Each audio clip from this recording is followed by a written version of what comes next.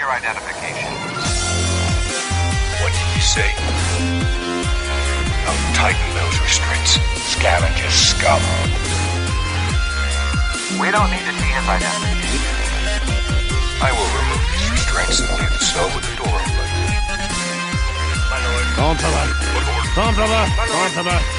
Gentlemen. Gentlemen. Gentlemen. So smooth. Hello, everyone, and welcome to the Sidebar Cantina, the podcast where we talk about Star Wars, pop culture, the shitty New Jersey weather, or whatever the fuck we feel like talking about. Penis so smooth. I'm Mr. Jason Roscoe, and with me here each and every single week, the Darth Vader to my Palpatine, Dave Martin. Hello, Dave. Hello, Jason. How are you? I'm well. Are you? Yeah, sure. We can go with that. Okay, It's fine. Well, good. I'm wondering why you're dressed up today. Oh, so funny story. All right. Come with me on this journey. My son Adam, his car needed an oil change. Okay. Bad. Like he was getting like an oil indicator and everything. Like, okay. Because we haven't gotten this thing an oil change since we bought it. So I'm like, all right, as soon as you get home from work, Adam, we're gonna take your car and get an oil change. Okay. So I didn't shower today. All right. That's part of the story because I had like my white undershirt kind of sleep shirt on. Okay. And I'm just like, fuck it, I'm just gonna get dressed real quick, and we're gonna go get his oil changed. And I'm like, well, we're getting it done right about lunchtime. I could use some lunch, so you know what? I'm gonna wear a normal shirt and go out and get lunch. What I was gonna do, and I even put it on and everything, was my long sleeve 49ers salute to service shirt. Okay. But then in my head, I'm like, wait a minute. If I roll into Taco Bell with this 49er shirt on and these people behind the counter making my food see it, I don't know what they're going to do to my food because this is a Philly area.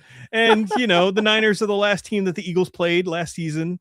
Okay. I mean, it's a stretch, but it's fine. Yeah. So I'm like, no, I won't wear it. So I threw that off and I'm like, well, what can I wear that I don't have to change this white undershirt? A black polo shirt. I'll just put that on real quick. And then we went and did the oil change and got Taco Bell. So that this is why he's dressed up today. Yes. Dressed up as in he's wearing a polo shirt and not his usual representation of a good Star Wars themed. Right. Yeah, because it took fucking almost an hour for us to get our food at Taco Bell. Because they were on limited employees apparently, and there was a line of people like all trying to pick up DoorDash orders. When was this? This was today? Yeah. Yeah, obviously today. Yeah, you're wearing the clothes. We got there about 2:00 and didn't get out of there until 3. This is a problem with people of a certain generation. And that could be any generation. I'm not picking out one, but just calling out. Like, this is something that I noticed. Dude, we were at Lowe's on Saturday, maybe. I think it was Saturday. Getting mulch. Saturday or Friday. I think it was Saturday. And we were getting mulch. And you can do the drive-through thing. Like, I don't know last time you've been at Lowe's, but like if you're gonna buy mulch, you like pay for it inside, then you pull up, and they got like this little drive-through thing where you can like, okay, here's my receipt. I bought 10 bags of mulch, and they go and they throw it into the back of your car, and then they take off. Yeah. Well, we pull up, and there's literally it's this like 65-year-old woman who's working out there. Like, dude, seriously? Like, holy shit! Like,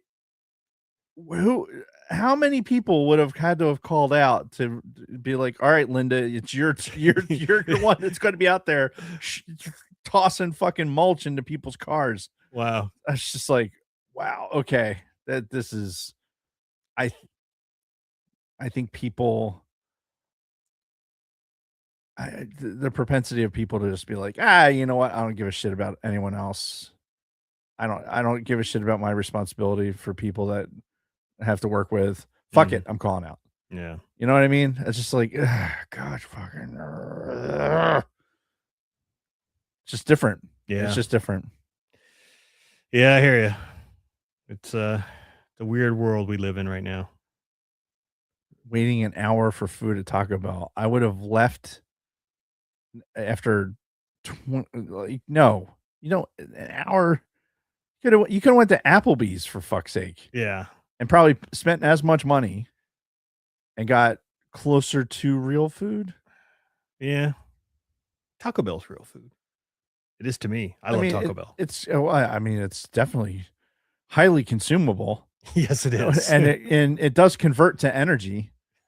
Now, whether or not makes it food, debatable. Yeah. But anyway, that's enough of that. So what are we talking about today? What is you getting distracted by? I'm getting distracted. My wife is actually watching the show. Oh, nice. Hi, Kathy. Hey, Kathy. And I guess she's watching it on the Alexa device that's in the kitchen. Yeah, which is interesting. What are we talking about? Oh, the Mando and Grogu movie came out. Yes. On Thursday. Correct. Actually, it came out on Friday. We saw it on Thursday because we're special. That's right, we are. And also because Jason got the tickets. Mm-hmm. Yeah, so Jason, myself, and my lovely wife, Kathy, who is in the chat. This is a rare occasion, folks. It's a rare occasion that she's actually off on a Monday. So hopefully she hangs out for the whole show. Yeah. So the three of us, we went and we saw Mando and Grogu in IMAX. Yes. So we're going to talk about it. And I know Jason also went and saw it, had the 4DX experience. Yes. So I've seen it twice. Yeah, I did not. But I think we're in good stead to be able to give it a good rundown. Yeah. And let's see how it goes. All right. And that's what we shall do. But in the meantime, we should probably take care of some business first. I don't know why you say we. Like it's you. You have a responsibility. All right. Well, I guess should I talk about Patreon? My penis is so smooth. Yes. All right. Well, we'd like to give a huge shout out to all of our current patrons: Frank Kalevich, Catherine Rennick, Dragon Buddy, Lord Helmet Fire, Nick from Sweet Studios, my wonderful mother-in-law Patricia Goodstein, Don Solsky, Wally Frogmore, Chantal from Pop My Culture, Helen Martin, Sterling Azier, Nicholas Schaefer, Kristen Roscom, Carly Vickers, Ivo G, Shotgun Mark, Frederick Martin, David Schmuck, Scott and Kim from the Used and Abused podcast, The Orange and Fett Show, and Kathleen Martin. Hey! My penis. If you'd like to consider becoming one of our Patreon supporters, you can find us at patreon.com/thesidebarcantina. Thank you again to all of our listeners and supporters. You are the reason why we do this. Oh, notes. And what do we got for sidebar headlines? As soon as I expand the notes page here. Let's see. Happy 49th birthday to Star Wars. Oh, yes. Yeah, Star Wars is 49 today. It is May 25th. Correct. So if you haven't already, have a little moment of silence for the greats who gave everything for our freedoms. Which has nothing to do with Star Wars movie. I should have had a longer pause. I don't know. The rebellion made a lot of sacrifices to rid us of the Death Star. I'm pretty sure that there was a lot of sacrifices made on that Death Star too when it vaporized. It's fair. So Memorial Day all around. Never forget. In all seriousness, yes. Memorial Day is a day for remembering those who died in the service of our country. I thought that was Veterans Day.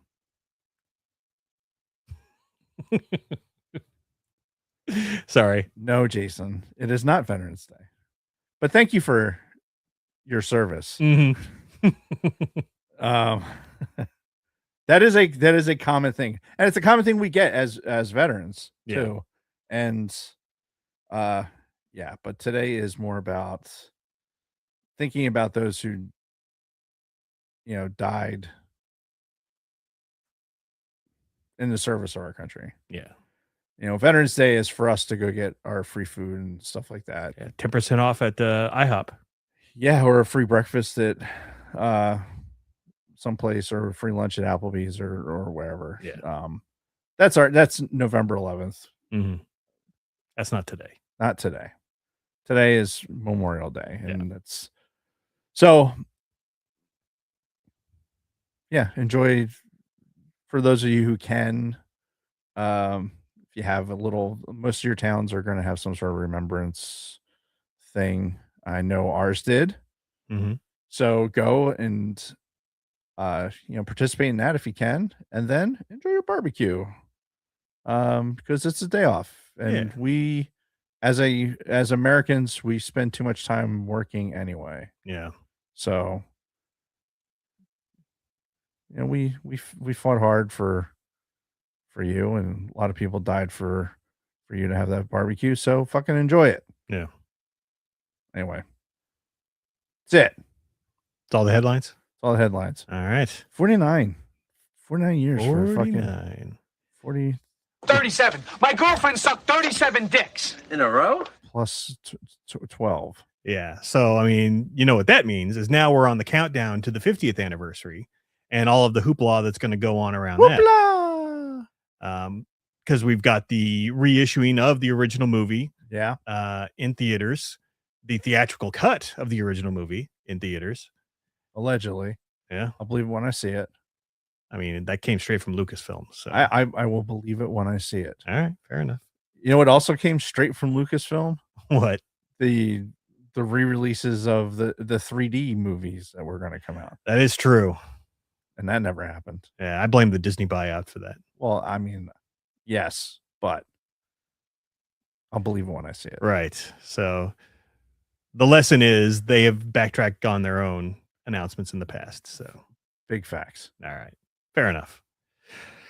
Okay. So a couple of things have happened since the last time we had a show. We didn't have one last week because Dave had a 50-page paper due for school. So it was 25 pages. At the end of it, it was 25 pages. That's good. Thank you, though. Yeah. But Star Wars Celebration tickets went on sale. It's a celebration. And that's next April. And I had texted you about it. Yes. And I guess it wasn't in the cards for you. I never even brought it up to Kathy. It was so far from my thinking when I was trying to get this paper done. Yeah. But probably not anyway. Yeah. Well, I do have tickets. Kristen and I are going next year. Yes. So very cool. It's going to be my first celebration, probably my only one, but it's should be a good time. We're actually discussing doing some cosplay while we're there. Nice. So we'll see. I'm not 100% sure I can pull anything good off, but you never know. My initial thought was I wanted to be like Darth Malgus because he's bald white guy, but he's like big and tall, and I'm not tall, so that would look a little odd. Little mini me Malgus running around. Well, you need to have something for scale, just like have a. I don't know what you would have to have around you for scaling down to Malgus size. I don't know. I could dress up Kristen as his Twi'lek lover. Yeah, I'm sure she'd go for that. Yeah, that'd be a lot more effort on her part. Me, I just have to slap a respirator on and dark suit. Yeah. Well, I think you'd have to gray up your skin too a little bit because he wasn't just white. He was like gray toned to his skin. He had taken quite a beating. Right. So yeah. Anyway, but we're going. So it should be a lot of fun. Next year is the first celebration under Dave Filoni's leadership at Lucasfilm. So I would imagine we're going to get a lot of announcements, maybe some trailers. It should be big, though. I hope so. Since we have Starfighter coming out. Yeah, that's next. That's a year from today, I think. I think it's coming out on the anniversary of New Hope. So I'd be willing to bet there'll probably be a lot of hype around that. Yeah. In that celebration. Mm. Yeah, we'll have like the Ryan Gosling probably. Oh, It'll be all over the place. Yeah, they'll be pumping that up quite a bit. Yeah, because even there was something online I saw. He was doing like I think he was doing a junket for Project Hail Mary, Mhm. and somebody had mentioned like, "Oh, hey, and you got a Star Wars thing coming up next." Yeah. And he's like, yeah, like the idea of going from one like blockbuster into potentially something else is a pretty big deal. Yeah, it's probably pretty exciting for him. One would hope. Yeah. So yeah, stay tuned. We'll be talking about Celebration more and more as it gets closer. It's a celebration. And yes, we'll be using that quite a bit. Can I just say how fucking delicious this is? Like Diet Coke from McDonald's. McDonald's Diet Coke. I don't tire of it. That's good. It's just delicious. Mhm. I just had to say it. Do you have like a rewards program with McDonald's? Oh yeah. Okay. Yeah. Oh yeah. Just This is yeah. all right, fair enough. Thank God. Yeah. So that's all the stuff I had down for news for the week. We ready to get into our weeks? What else do we have? We had something else for news. I thought. Did I not put it in the notes? No, Where is my cursor? Where is it? Oh, it's way up there. Don't. Hang on. Hold your fucking horses. We're doing it live, folks. Hold. No, don't want to see my fucking grades. We'll talk about that here in a few minutes. Yes. You know what? Never mind. I don't know where the fucking notes page went. It's gone. Yeah. Gone. All right, fair enough. So, for my week, first of all, I have a new addition to The Sacred Jedi. and this week, for a specific reason, I picked up Padawan Jackie Lawn from The Acolyte. For a specific reason. Yes, because actress Daphne Keane is going to be at the Philadelphia Fan Expo this weekend. Oh, okay. So-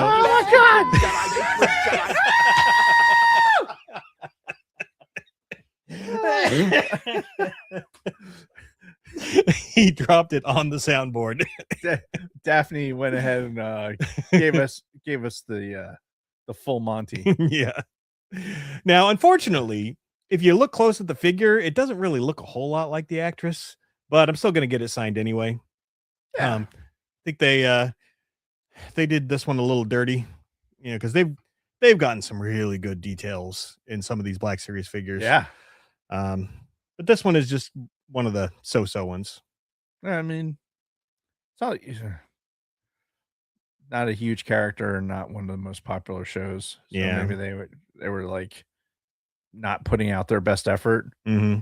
Or all the money went into the show itself, and they didn't have Right. any more for or it was merchandising. just you wonder how much of it is just like, okay, here's the mold, like we get it, or laser, they probably laser Mhm. their faces, right? They do that laser scanning of their faces, Yeah. and then that's what they put into the machines, and they'll do, I mean, it's got to be some sort of mold. Yeah, Right. obviously. So maybe it's something to do with the forming of the mold that whatever reason doesn't pick up her face that well. Yeah. Or it just, they didn't bother putting out that much effort. Like, this kind of looks like her, so fuck it. Right. Maybe they didn't scan her face at all. Maybe they just did a best they could molding. Took their thumb, went, Yeah. pushed it in a couple spots and be like, Because there's some Black Series figures, like I'm looking right at the Cara Dune, looks exactly like Gina Carano. Looking at Luke Skywalker, looks just like Mark Hamill. Fucking there's an Ahsoka one that looks like spot on Rosario Dawson. Like really, really good. yeah. But some of them are just kind of meh. Yeah, I think it all depends on how good the scan is and then the mold. Yep. So speaking of the Philadelphia Fan Expo, that is this weekend, right around the corner from us, and I am going pretty much probably every day. Okay. Because I've got a lot of stuff I want to get signed, and I'm going with our good friend Bob, who is having a shitload of stuff signed No this shit. weekend. Because this year it's been like the cast of the Lord of the Rings doing the rounds at the fan expos, Right. and like all 4 of the main hobbits are going to be there. A bunch of other cast members from Lord of the Rings are going to be there, and Bob wants to get stuff signed from all of them. So Oh, that is a whole nother genre of fandom that I'm glad they're getting their due. I'm not sorry that I'm not going. right, Honestly. I mean, I am and I'm not. I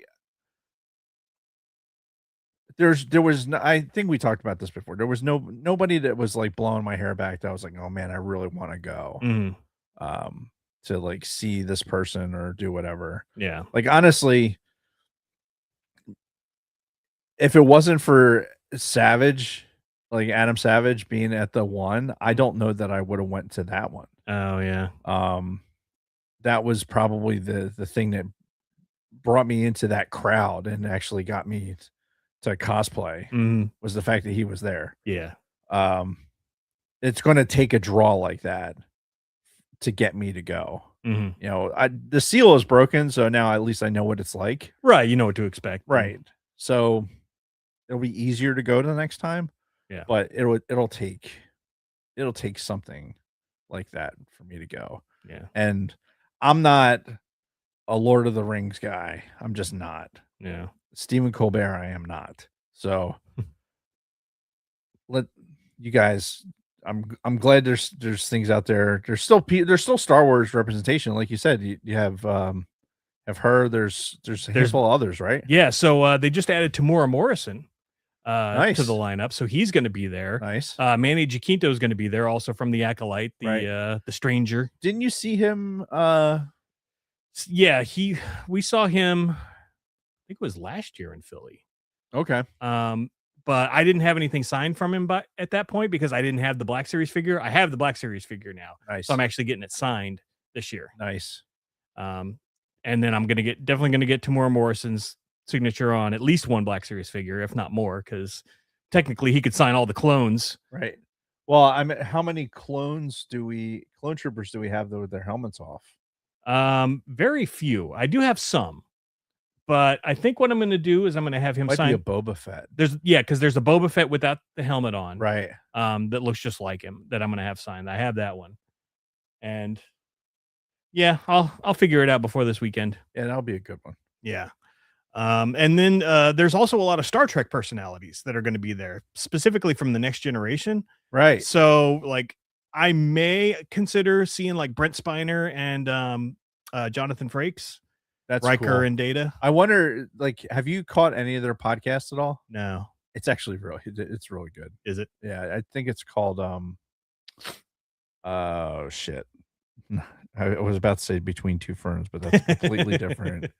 But it's something like that. It's like name dropping or something like that. Somebody Google it in the chat for me. But it was actually pretty funny. I listened to it. They had somebody on, and they were just the banter back and forth. They had some guys from Battlestar Galactica that were on, so they were kind of like, you got people that are in like the sci-fi fandoms and like how people interacted with them and what they do at cons and like stuff like that. Yeah. It was interesting to hear their points of view. And their stories. I mean, shit. TNG was out for what? Fucking how many seasons? 9 seasons, I believe. Yeah. And a handful of movies. Yeah. And I watched it religiously. I loved The Next Generation. So that's why I'm considering seeing a couple of these folks. Haven't decided yet because, this shit adds up and it gets a little pricey. So I don't know. I'm going to be playing those ones by ear. But we'll see, and I'll have a full report next episode. Yeah, I mean, nothing else. Get a picture from afar. Yeah, and just see what they're. Which did I tell you about Ashley Eckstein? doing that last year or in where were we? It was a recent fan expo that we went to. Ashley Eckstein was there. Okay. And she had her hair colored like the Ahsoka Leku, like the white and blue kind of. Wow.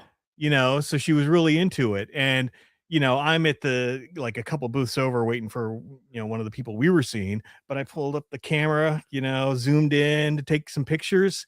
And one of the pictures, actually I'm going to see if I can find it, because it looks like she looked up, saw me, and made a face, like made like an angry face. Let me see if I can find that real quick. Like you didn't pay for that picture. Oh, there it is right there. As she's talking to someone, she looks over in my direction as I'm taking a picture of her. That's funny. Yeah. Anyway. So there's the obligatory HP client security notification.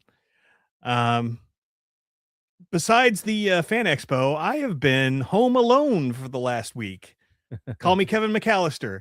Right. Because you wake up every morning, slap your face, and yep. Because Kristen has been gone. She left last week to go to Idaho. Right. Her and her mom caught a train from Philadelphia to eventually Idaho. They had to make some train changes here and there, and I think they ended up having to get a rental car after they got to Salt Lake City to drive the rest of the way to her sister's house.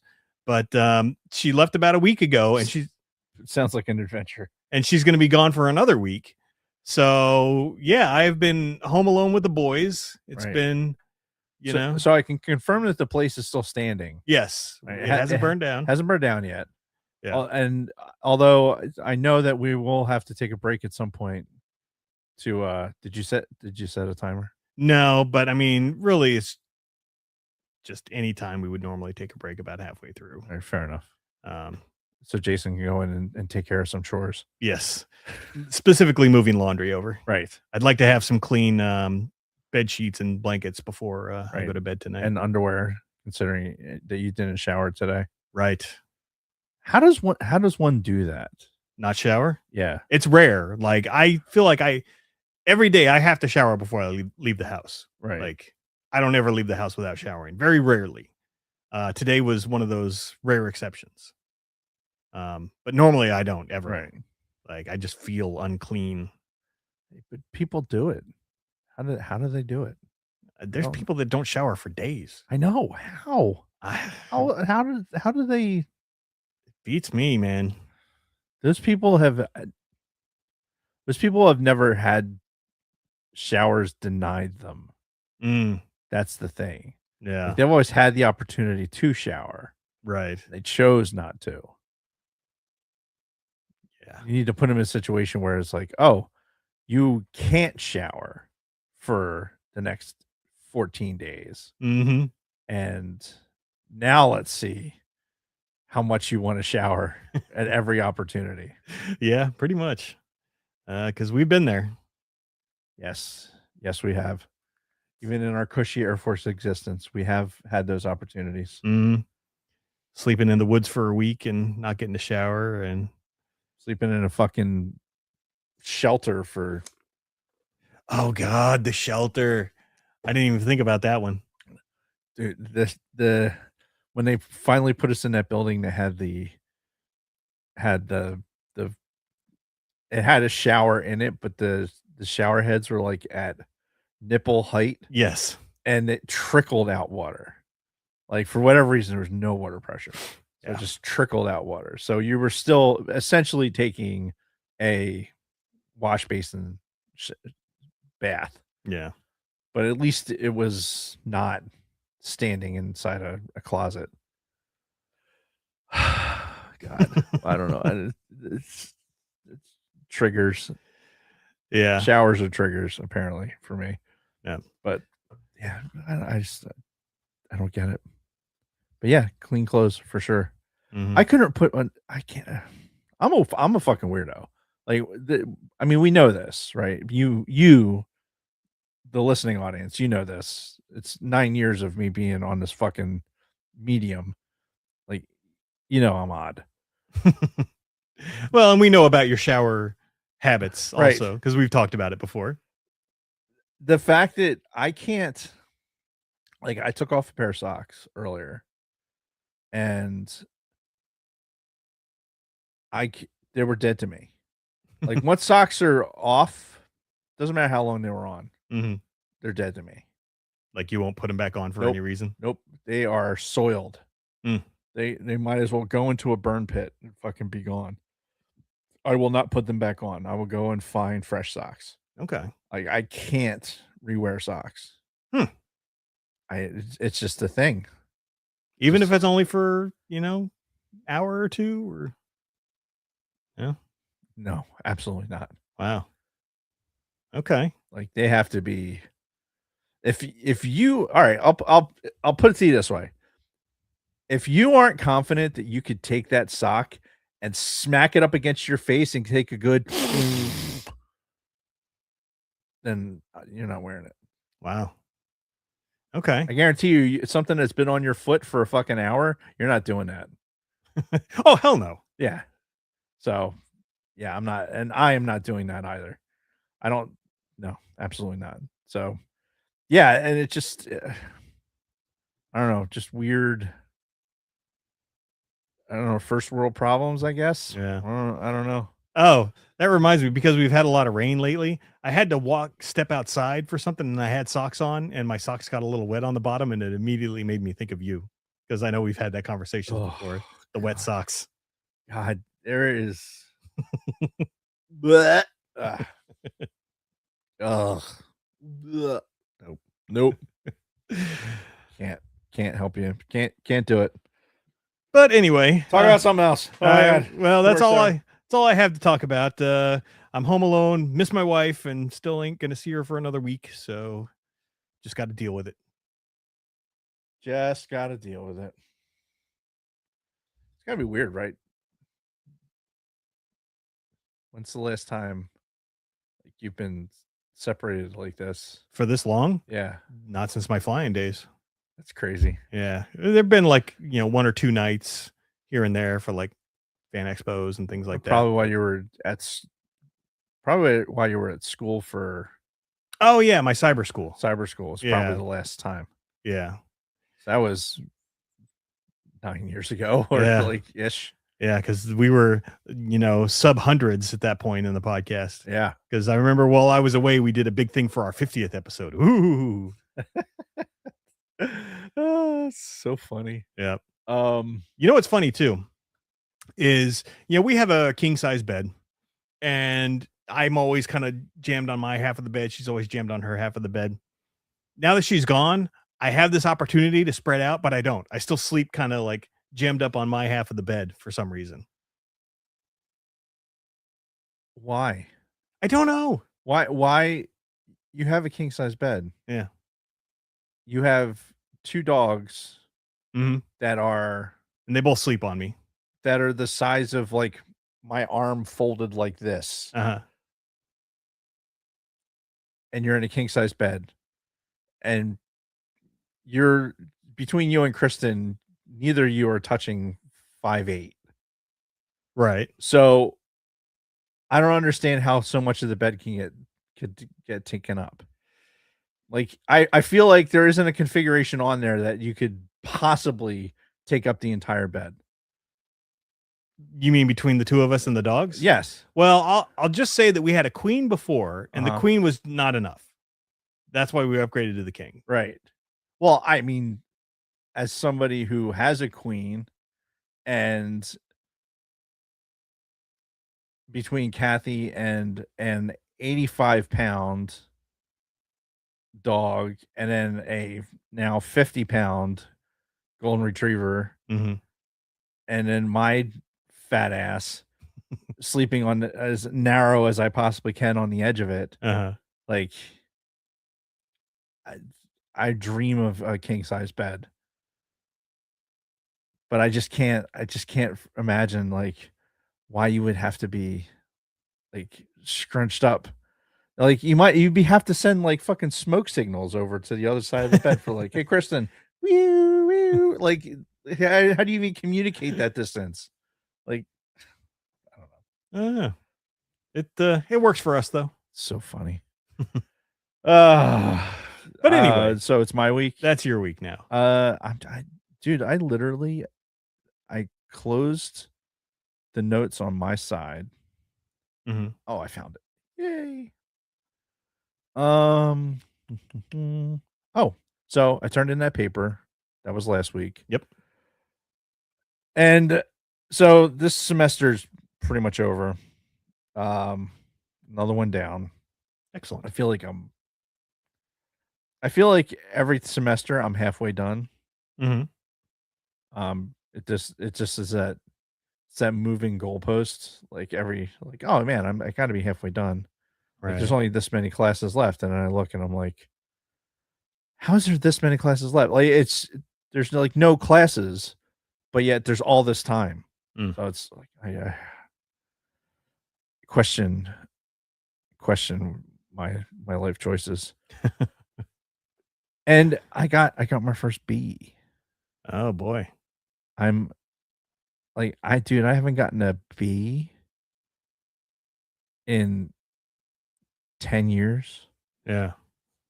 I'm like I'm dumbfounded.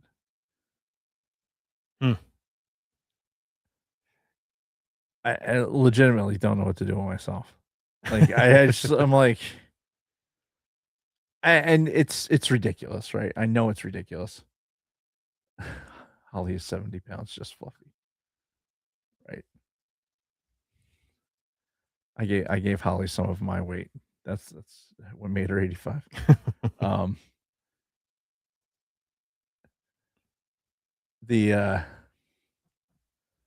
No, I legit like it feels like failure. Getting a B. Getting a B. Because honestly, like especially for like grad school, there's like all this there's a lot of progression that's based on whether or not your grade point average is above a certain level. Oh. Like your progress within the field has to be like you have to maintain over like a 3.0 or something like that. Mhm. Like otherwise they'll be like, well, we don't want you participating in this program if you're not going to maintain a certain level. Wow. So you have like it's not like, hey, you just need to pass so you can get your diploma. It's like we want you to excel to a certain point. And notice that doesn't even really it's all of my issues are self-induced. And you know what, Kathy's the same way. We're both like, I'm putting this much effort into something, I want it to be perfect. Right. And I didn't get there with this class, with this professor. It's not his fault. No. I for whatever reason I didn't get to that level that he wanted. Right. Until the end. Like after I did the paper, the switch clicked on finally, and I was like, started making everything look like what he was looking for. Right. But it took me the whole semester to figure it out. So the end of the story is I got a fucking B, and I'm devastated. Not devastated. I'll live, but it's still it's fucking irritating. Yeah. To get a fucking B. I was in a class with one other person. Like, what do you think the other person got? I bet she got an A. You think so? Yeah. Yeah. Well, I mean, and again, this is purely speculation. You know, if for whoever's listening, but I genuinely got the feeling that I was being held to a bit of a higher standard because of my aviation background. Like I had a certain level of subject matter expertise that coincided to what his subject matter expertise was. So, and I decided that I was going to, this is what I was writing towards. Mm-hmm. And so since I was writing towards that, he was grading it to that level. Oh. She was doing surgical robotics and stuff like that, which is not really a related field. So I think that there was not as much um, pressure Mm. on that side, if that makes sense. Sure. But anyway, yeah, I got a B, and it's fucking a lot of work. So on to the next one, whenever that starts. When does that start? And I think I'm giving myself at least a month Okay. for the next one. This class was tough. I had a tough time. Yeah. There's some things I gotta get sorted out before I start the next one. Is it more like schedule wise? Like, Well, work hasn't helped yeah. with everything that's been going on. So that's been part of it. Like, just it's really it's fatigue. Mhm.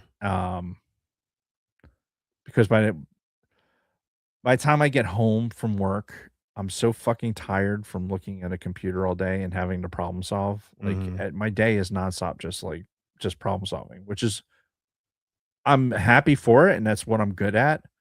But after an hour drive home, I'm just wiped. Yeah. And then to have to, like, all right, now I have to go back into the computer and read, 150 pages worth of materials on a particular subject so that I can write at least a 4 to 500 word discussion entry, which really turns into like 2 or 3 page paper Mhm. for a discussion board entry, which I have to answer 2 other ones, and then probably a paper after that. Yeah. It's exhausting.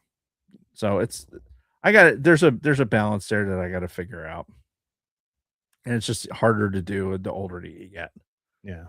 So, but it's all possible. I just have to bear down on it. Yeah. Um, but yeah, fucking B. Can you believe it? It's bullshit. It is bullshit. Not happy. Um, in other news, so we had tickets to the Phillies game yesterday. Mhm. And the weather's been a dog shit. We alluded to it in the opening. Yeah.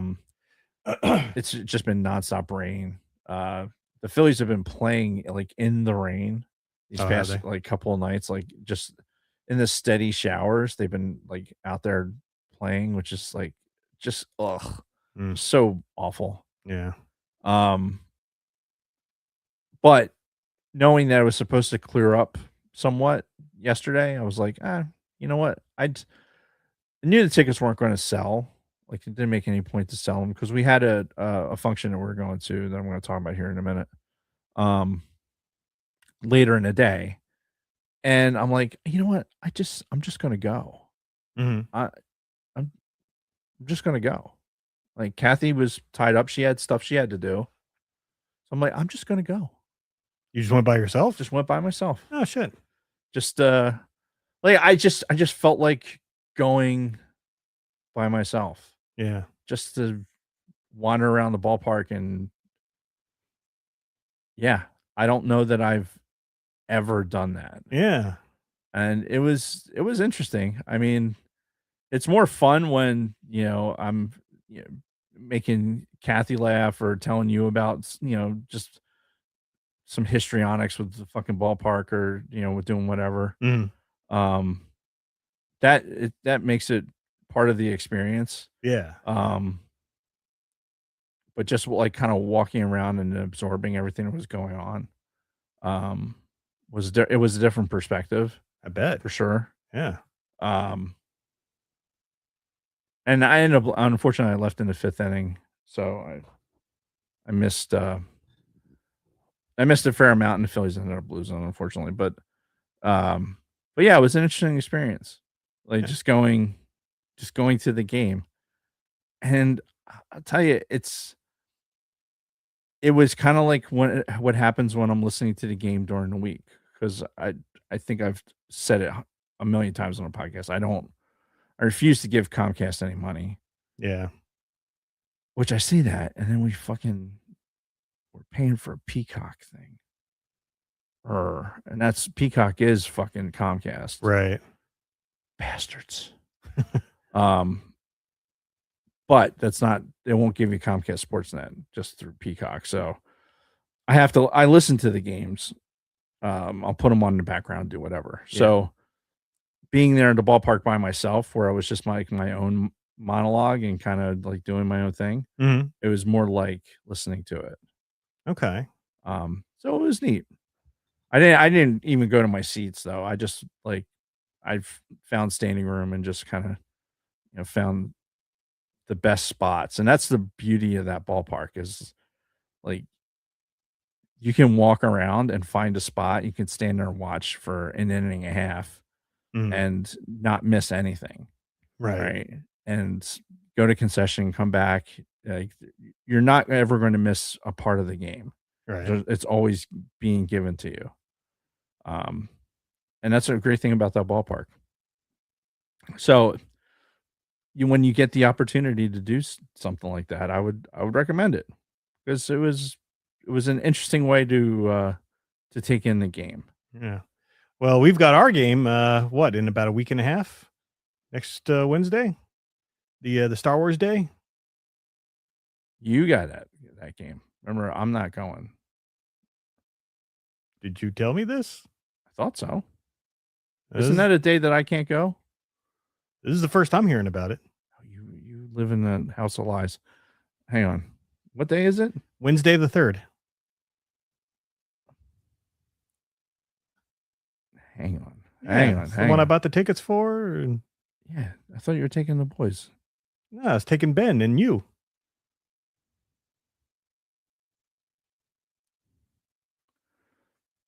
Anyway, well, we figured that out.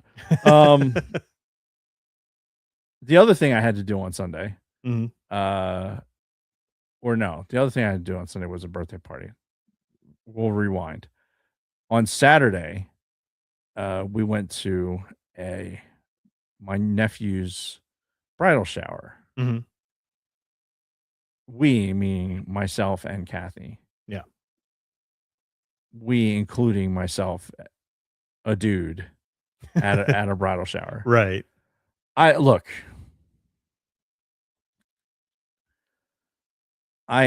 been battling a migraine for the past going on the 3rd day. So that could have been the maker coming down and squeezing my head and be like, look, you should probably leave and go sit in the car for an hour. But I'm establishing right here. I'm putting it out there into the ether, right? Onto the YouTubes and everywhere else. Dudes have no business being in bridal showers. There's no reason to be there. Right. Right. Like every single dude that was there was questioning why they were there. Right. Except for the groom.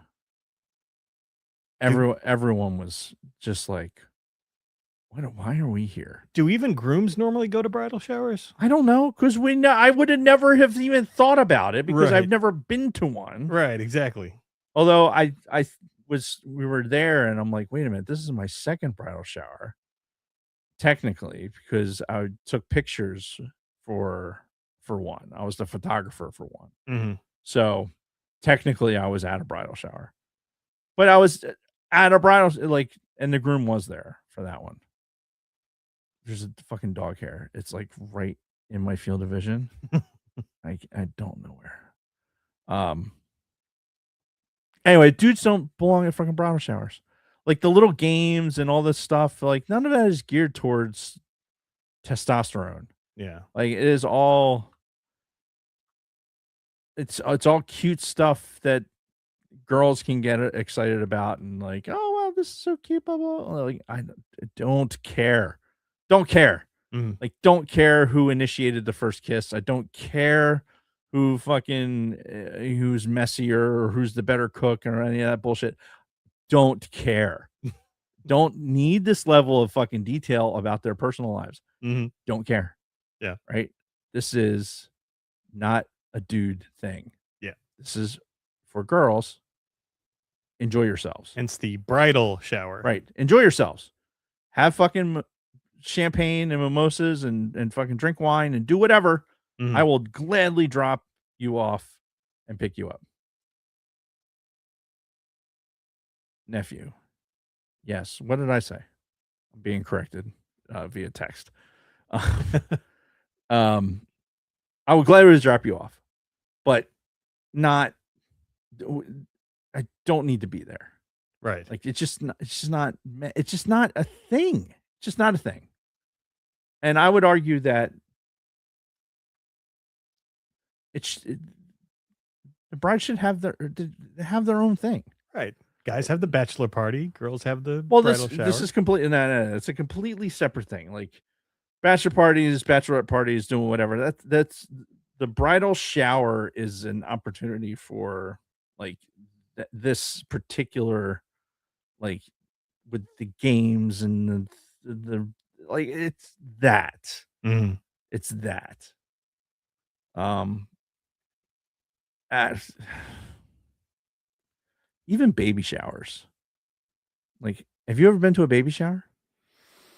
I don't think so. Yeah, no, because I wouldn't have gone to any of Kristen's. No, I don't think so. Yeah. Unless I think my mom might have dragged me to one when I was a little kid. But that was about it. Yeah. There's things that just dudes don't need to be at. Yeah. And we're okay with that. Yeah. I think I'm going to speak for all of us. Yeah. And I'm going to say that we're okay with it.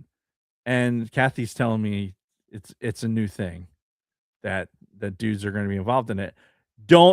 No, no, it is not. I don't care. Call us traditional. Right. I am standing here as a representative of the male population. Mhm. And I'm going to say that we're good. Yeah. We are good.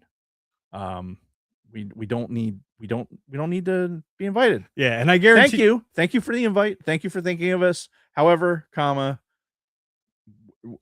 we're good. Because I guarantee you this new thing was not the guy's idea. I'm sure it was not the guy in the relationship being, oh, I really want to go to the bridal shower. I think it was more the bride. I feel left out. What are you guys doing there? Yeah. It's like, oh, you're gonna get. I think the most most intriguing part of the thing for me was doing like a word Scrabble thing, and I missed one of the fucking words, which pissed me off. Yeah, it's not a dude thing. It's not for dudes. It's not for dudes. Like, enjoy your thing. We don't have to be a part of it. Yeah. We really don't. Enjoy your things. Like, it's your thing. Yeah, I agree. We don't. It's like we have our things. Yeah. You have your things. Like, just enjoy it. Life is too short. Enjoy your things. Yeah. And the people that feel like they need to include dudes and everything, this inclusivity nonsense. Stop. Yeah, because I can tell you, no matter what they say, they don't want to go. Yeah. And if they do want to go, and Yeah. you're married to them,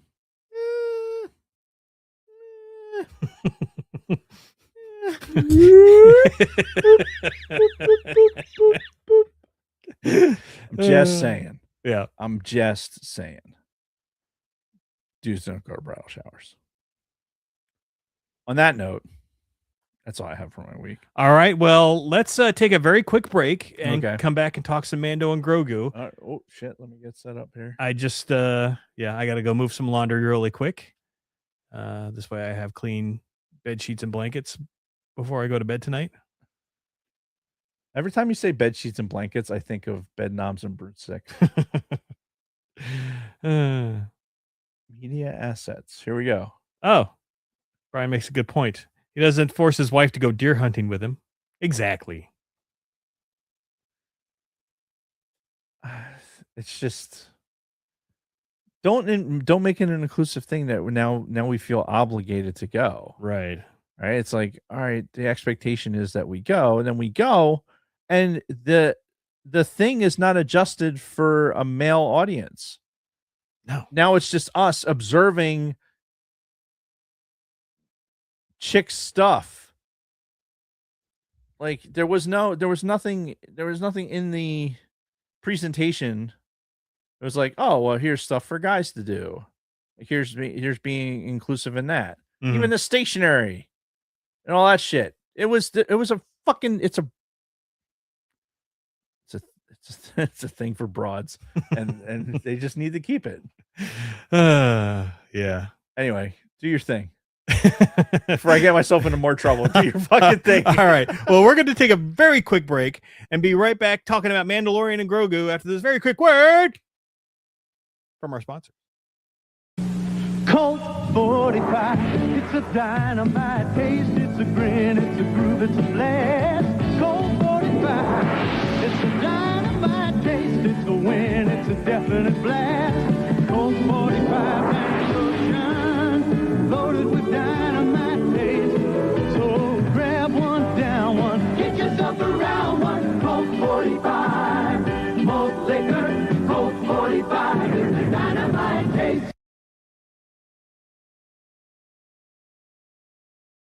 You'll notice, as I said, R.I.P. to Rob Bass, because he passed away this past week.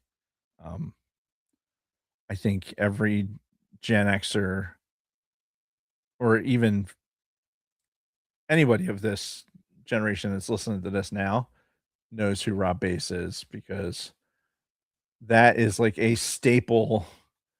I don't know. It was a staple in like dances and stuff like that. It's that hip hop generation where you didn't have to like be dirty. It was just like, I know all the words to fucking I Want to Rock Right Now, or It Takes Two, I think is the name of the song. Know all the words to that. And it's like stupid. I mean outrageous. Stay away from me if you're contagious. But yeah, it's he was 59, I think is what I saw. He was 59 and had a thing with cancer. And we were talking about like people dropping dead. We had Rob Bass who had cancer or whatever, but then you had Kurt Busch, Kyle Busch. There's two Bushes, right? Fuck if I know. I think there's two Bushes. There's a Kurt and a Kyle. Okay. One of them is like younger, but it was like in the Hall of Fame already. But the older one, like I don't know NASCAR. Like NASCAR is kind of like the NBA for me. Like they're both things that I followed when I was younger, but I like when Mark Martin aged out, so did I. Mm-hmm. Anyway, but yeah, Kyle Busch, I think. Yeah, he's the one that died at like 41. 41. He was 41. Jesus. When he died. Have they said a cause of death yet? No, they said he was dealing with an illness though. They released some of the 911 call, and it was like he was kind of coughing up blood. Ugh. Like it was, yeah. He said I guess the race the week before that he won. Like, so he was obviously like still had his wits about him to be able to, perform. Yeah. But like after a race, he had requested a doctor. So who knows? Luna Girl is saying pneumonia and sepsis were what killed him. Pneumonia is what killed Jim Henson. Yeah, I mean pneumonia is no joke, and the problem is that you can continue to kind of keep walking your way through it, thinking it's like, oh, this will get better. Yeah, and it doesn't. and you start drowning in your own lungs. Ugh. Pneumonia and sepsis. Yeah, that's called not taking care of the problem right away. And look, do as I say, not as I do. But definitely when you're feeling ill, you need to go get it taken care of. Yeah. All right. We should play us back. I should play us back. Yes, let's do that. I'm gonna do it. You ready? Yes. Here we go.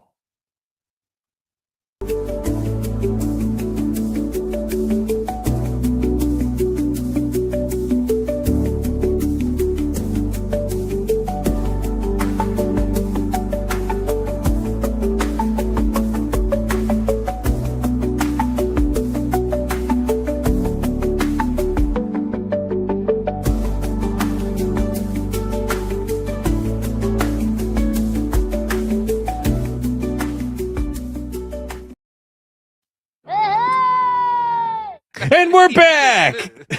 So, Mandalorian and Grogu just came out, like you said, last Thursday was when we saw it. Yes. I guess technically the premiere was Friday, Right. but We saw it in the same theater that we saw Force Awakens. yeah, the exact same screen and Yeah. everything. Yeah. So Kathy got to experience, like, we walked through the doorway where John got to hold all of Caitlin's belongings out of her purse while we searched for her fucking ticket. Yep. Because it was still tickets, Yes. right? Which is insane to me. Mm-hmm. Like, we're starting immediately into a sidebar, but it's insane to me that, you know, we walked into the same theater that we were in 10 years before, Mm-hmm. and with nobody was there, right? No, like, there was no line because it was all assigned seats. Yep. There was no assigned seating when we went. Nope. Because we had to line up and Right. get the best seats we could. Right. How whenever you got there was what seat you were going to get. Mhm. So you wanted to get there early, and we were there like fucking 4 hours early. Yeah. And we got decent seats. I mean, we were there in a decent spot in the line. Yeah, I think we were only like 5th or 6th or something in line. We weren't at the turn, but we were probably about 25 people deep, I think. Oh, were we? Yeah. Okay. There was a good amount of people. All right. Those people that were there in front of us were like, and there was a showing that was in front of us too, Mm-hmm. which again, bonkers, but it was a completely different movie going experience. Yeah. In the same exact theater on the same exact screen.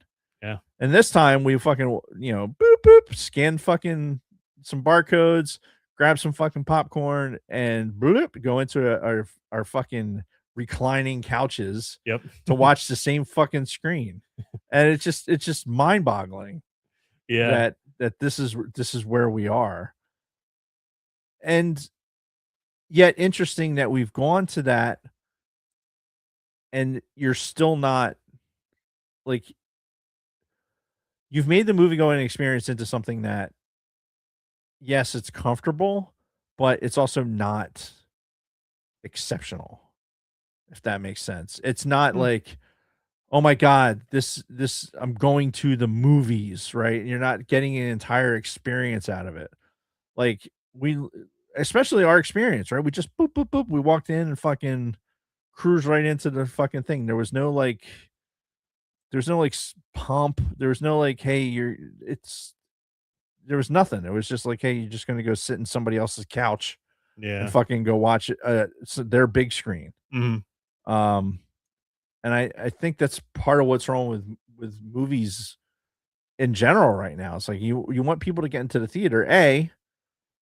Don't give them, hey, this is an 8:30 start time, and then it's 9:05 and you haven't started the movie yet. Right.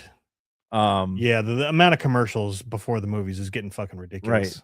right. And they're not quality previews. It's not like this is the stuff that you've never seen that Mhm. you have to come to the movie theater to see this preview, right? Like it used to be. Yeah. Because the internet exists and I get it. But if those things don't exist, don't show them. Like, go fucking give us a couple of things. Give your little fucking, hey, Coca-Cola and fucking, don't silence your cell phones, you fucking piece of shit. and then show me the movie. Yeah. Play the movie. Yeah, play the movie. Like, do it. Fucking play the movie. Like, don't make it into a movie-going experience, not like a sales pitch for your fucking A-list club. Parade Nicole Kidman and her fake fucking face. Oh God, yeah. And out there to tell me, oh my God, it's so great. The movie experience I'm gonna have. I'm already in the fucking theater, you fucking twat. Right. Like, what are you selling me? Yeah. Right. I'm here. I'm looking at you sitting in the theater. Yeah. Shut up. Show me the fucking movie. Yeah. Like, I think it's too much. That's why people like it has to be something big for them to go to the movies. Because if it's not, then it'll be like, well, I'll wait fucking 3 weeks and it'll be on fucking I can watch it at home anyway. Yeah. And have the same experience. So that just starting off was like, as I was sitting here watching the previews, this is the stuff I'm thinking about. Like, why isn't this theater full? Yeah. First of all, like it got pretty full later, like when we first sat down, it was like really? Yeah, and we didn't get there like terribly early either. Like we got there pretty close to the start time. Right. Yeah, for anybody who is concerned about being late to a movie, you have 30 minutes of fucking slush. Yeah. And people knew that. So they came in at an appropriate time. For them, anyway. Yeah. But yeah, you wonder why what you're doing is you're ruining it. You're ruining it for everyone else. And especially me. Like you're making it so that I'm not going to have a movie theater to go to be able to watch Star Wars in the future.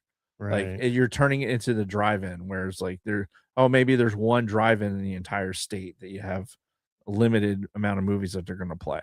Yeah. Like now they'll have like 1 or 2 movie theaters that are like might play a first run movie. That'll be sad if we get to that point. I can't see us not going to that point. Yeah. Because of unless they dramatically change how they're marketing. Because right now they're taking the easy cash grab. We're like, oh hey, they're sitting in here. Let's show them a bunch of stuff and market to them and try and get them from there. They're not actually trying to sell the movies. They're trying to sell product within the fucking theater. Yeah. Which is wrong. Okay. That's the end of Dave's Marketing 101. So yes, we saw it in IMAX on opening night, and it was the three of us, you, me, and Kathy, because Kristen is in Idaho. Which, by the way, we're probably going to see it when she gets back. And yeah, overall, once we got through the commercials and everything, I thought it was a good experience overall. Before we get into spoilers, if you want to talk about a spoiler-free review or spoiler-free thoughts. Sure. Like for me personally, I thought it was good. It was exactly what we expected it was going to be. Right. Like a long episode of the show. Right. With a little bit better graphics and a little more bells and whistles. But overall, it just felt like long episode of Mandalorian and Grogu. A lot of the same characters we already knew. Yep. And it was familiar, and that's not a bad thing. Yeah. It's one of those things. It's like, was it worth it to put this out in theaters? Or could they have just done this as Mandalorian season 4? I mean, I guess that's a financial question that we'll talk about here in a minute when we talk about the box office. Right. But overall, it was a fun experience. I'm certainly glad we saw it. I'm glad I saw it a second time. Is it the best Star Wars movie ever made? No. Like there's other movies that I would rank much higher than this. I guess the real question is, and maybe we can answer this question at the end of the show, but is it actually a Star Wars movie? Does this qualify as a Star Wars movie? Well, let's put a pin in that, and we will address that at the end after we've talked through it some. Yes. But what are your spoiler-free thoughts? I thought the same exact thing. It was an extended version of the show. Mhm. I think if you wanted to see Mando do Mando things and Grogu do Grogu things, you get that. Mhm. So I think that you're not going to lose your Mandalorian audience, like your Mandalorian Star Wars audience, Mhm. that of people that are just into it because of Grogu, because of the, that more Western, like, hey, we kind of know how this is going to end. We know the good guys are going to win, Mhm. like that type of thing. That's what you're getting. Yeah. Um, yeah, I mean, I don't want to. We're going to break it down here in a second, plot points and things like that. But there's no huge surprises. There's no Right. And if I had to say that there was one disappointment of this movie, it's the fact that we didn't get any like surprises or any big canon story moments, anything like that. See, now I for one admit I'm glad. Really? Yeah. And we can talk about that more at the end also, but I for one, and I think people have heard me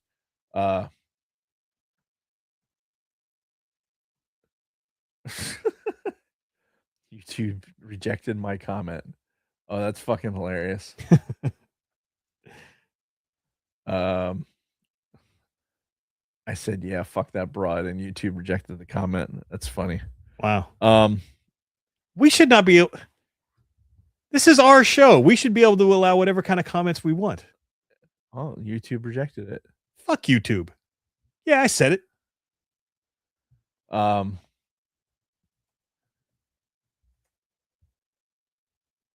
anyway, you were saying? Jason's tempting fate. Yeah, anyway, let's get into it like a little bit deeper, but I will say that I'll speak for Kathy when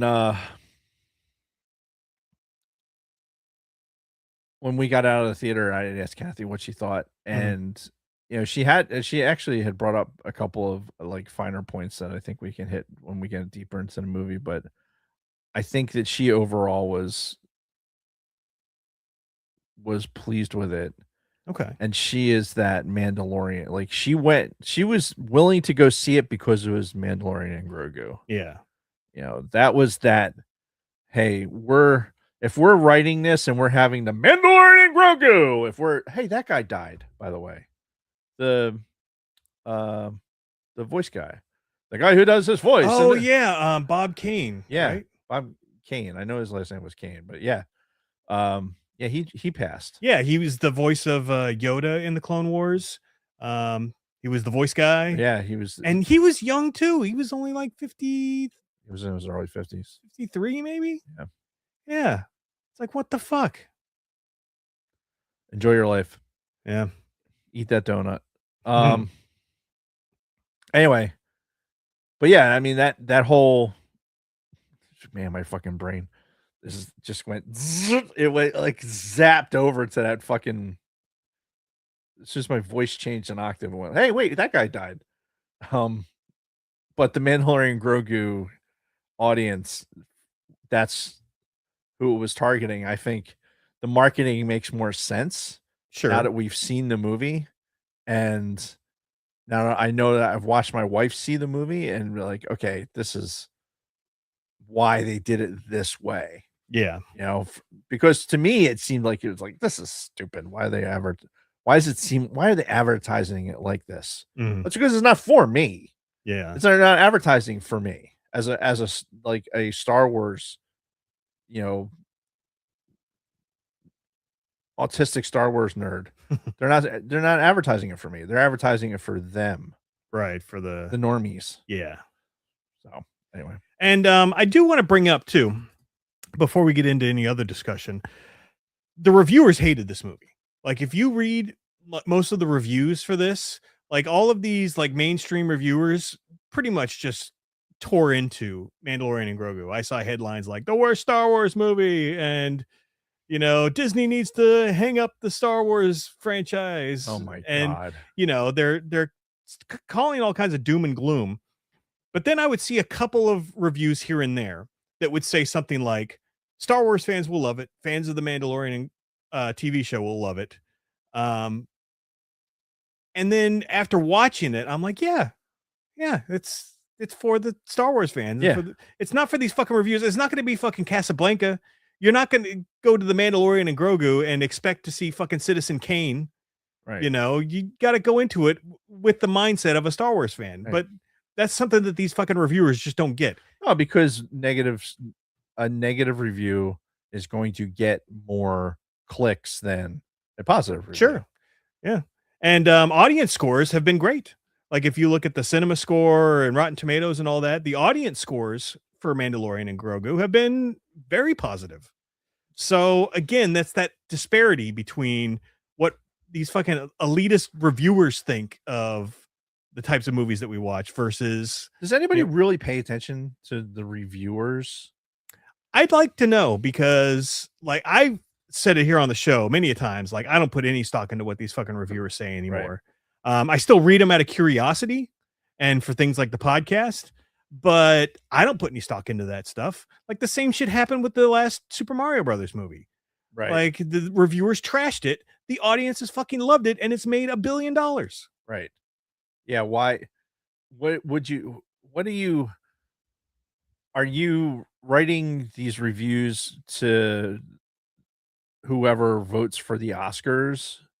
Right. Or are you actually writing a review for the people to be able to like decide whether or not they're going to go see this movie? Right. And I think you hit the nail on the head. They're not reviewing it for the general audiences anymore. They're reviewing it for all these fucking, you know, these people that want to see super fancy art movies and movies that really make them, you know, whatever. They're doing whatever it is they can do to get their brand moved up the ladder. Yeah. Like their review of whatever it is, like they're hoping that they get enough clicks so that it moves them up into and just even the side peak of a spotlight so that they can get some of that attention and then profit from that. Yeah. That's all it is. I mean, it'd be interesting to see what Mad Men would be like if made in modern day, with like trying to advertise and do all this work in social media. It'd be an interesting show. Yeah. Be a lot of neckbeards fucking walking around trying to make you outdo each other. Yeah. Really quick too, let's talk about its box office. Yeah. Because this is another thing that's been getting a lot of attention, and mostly on the negative side is the fact that it made $82 million in its opening 3 days. Okay. And they're comparing that to Solo. They're saying this is the worst opening of any Disney Star Wars movie ever. It's like, okay, that might be true, but budget wise, it's night and day, because they spent like 300 something million on Solo, whereas this Mandalorian and Grogu had a tight budget of 165 million. So it had a much smaller budget. They're going to break even probably internationally. Yeah, exactly. So they're going to make a profit on this movie. Right. But again, it's the naysayers out there saying, "Oh, Star Wars is dead because this is the worst, you know, opening for a Star Wars movie ever." Like, again, I want to have this conversation, but just because they are calling it a Star Wars movie doesn't necessarily make it a Star Wars movie. Like I want to have this discussion. Okay. But we'll save it to the end. Okay. Because after we talk through the entire movie, then maybe it'll change my stance. But I think you can pick up that I'm leaning towards one way or another. But anyway, so okay, spoilers. Yes, spoiler alert from here on out, folks. Right. We're getting into spoilers. I just had to move something in the notes. And yeah, so we start off. There is no opening crawl in this movie. Right. All we get is a little blurb, and I actually have it up on my screen here. Uh, it's it's in the same font as you would get like a long time ago in a galaxy far, far away. Different color. Different color, yes, but same font. The evil galactic empire has fallen. Ex-imperial warlords remain scattered throughout the galaxy, plotting the empire's return. The fledgling New Republic has begun to reunite the galaxy. In the lawless Outer Rim, the Mandalorian and his young apprentice Grogu work to hunt down these imperial fugitives. And that's it. That's all we get for an opening crawl. And we actually got, after this first opening scene, we get an official movie intro where it's like you get the cast names across the screen as things are going on. Directed by, written by, you get all of that stuff that we don't normally get in the core Star Wars movies. Right. Because they decided to go in a different direction. And Dave Filoni actually made a statement in this last week about that. And he said that the opening crawls, the actual crawls with the text going backwards, is reserved for the core movies. And I'm fine with that. Mm-hmm. I don't need the crawl per se, but you're making it a show by doing this. Yeah. Like you're giving me the feeling of that this is a part of the episodic part of the sitcom type show. Like just like I'm watching fucking a rerun of Dallas or fucking NYPD Blue or some fucking bullshit. I don't know why I'm going to 80s fucking versions, but it's you get the sequences and then you get the names and then it goes into the opening. Yeah. It's different. It's not Star Wars. It's not what we're used to in Star Wars, for sure. It's not what we're used to in Star Wars movies. Yes.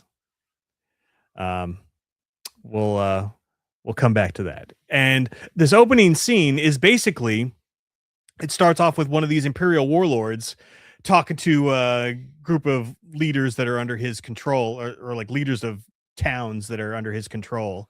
And he's basically saying like, I've got to up your fees again. And, but the Empire is giving you protection. Right. So interesting. Did you notice how cold it was in the room they were in? Yeah. Because you can see their breath and shit. Mm-hmm. It's like, dude, you can't afford to throw some heat in that fucking room. Right. Like how desperate is the Empire in that region that they can't heat the building. Yeah. It's all those new data centers, they can't afford the electricity to. Right.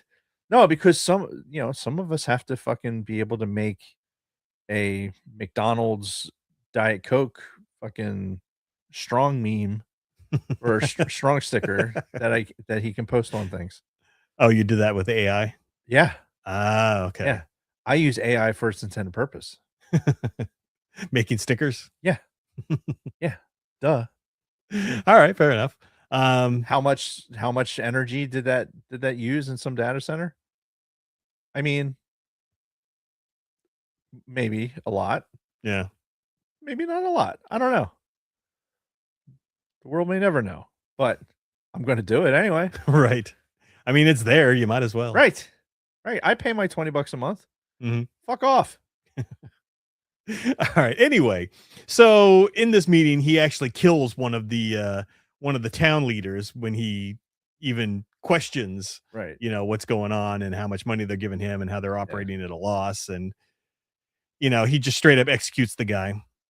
And then we go right into alarms in the base. And that's when Mando breaks in, though you don't really see him at all. You just hear alarms. You see Imperials running all over the place. And then just from the shadows, he's just like killing them. Right. Just boom, boom. It's kind of, was it season 1 where we had something, Mando did something very similar? Yeah. I think it was season 1. Probably. He did it in the Bill Burr episode, the first Bill Burr episode. Okay, that would have been the first season. Yeah. because that's how he got kind of snuck up on everybody and was taking everybody out. Yeah, And then they all ended up in the same jail cell. Mm-hmm. Yeah. That was in the first season. Yeah, but it was, very cleverly shot. Yeah. Just a way to show us that, like, yes, we know that that's Mando, but you don't see him. You don't get the big reveal until, almost to the point where he gets to that room where the Imperial Warlord is. Mhm. And he comes out of the shadows, like fucking, like igniting the floor on fire with his little wristband and fucking killing the Imperials in there. And Am I the only one? I can't be the only one. I know I can't be. But how is that stored? Right? How's that propellant stored? Like, and in what volume? Like, it's got to be very dense gas in Right? those canisters. because obviously it's finite because I think we've witnessed them run out of it, but Yeah. that's an impressive amount of gas or some gaseous whatever that's coming out to actually ignite that stuff. Maybe it's coaxium. What atomized coaxium? I don't know. I'm just spitballing here. But yes, he's got to have a lot of I don't know. densely This packed is the gas shit I in think this. about when I'm watching it. It's like, how does he get all that fire into that fucking wristband? That's why I can't watch Spider-Man either. Like Right. Spider-Man, that the non-Tobey Maguire Spider-Man, where they actually make like the fucking The canisters. canisters. Yeah. Like, no, like there's no way that you're getting enough kinetic energy out of that to expel it to the point where it's going to shoot that far. No, Mhm. can't do it. That's why I don't watch it. Okay. Fair enough. So during this, the warlord, as Mando was coming in, sends out a mouse droid to go get reinforcements. And a souped up mouse droid. Yes. And he's got some bubble tires on him, and like he's going to go fucking off-roading. Right. Because they're on like an icy planet. So Sure. He's a little extra traction. Yeah. And as he's coming out of the building, you see his field of view, and he sees the archway out of the building and the daylight in the distance, and he's going, and then whew, Grogu pops right in front of him and fucking force grabs him, crushes him, and stops the reinforcements. Which Grogu, by the way, uses force powers quite a bit in this movie. Yeah. And at no point did he become exhausted like he did in the TV show either. Yeah, So, exactly. He's using it and not like collapsing. Doesn't go like into some sort of state where he has to be like, oh shit, when's he going to come back online? So he's getting more of a grasp and becoming stronger in his use of the force. He's understanding that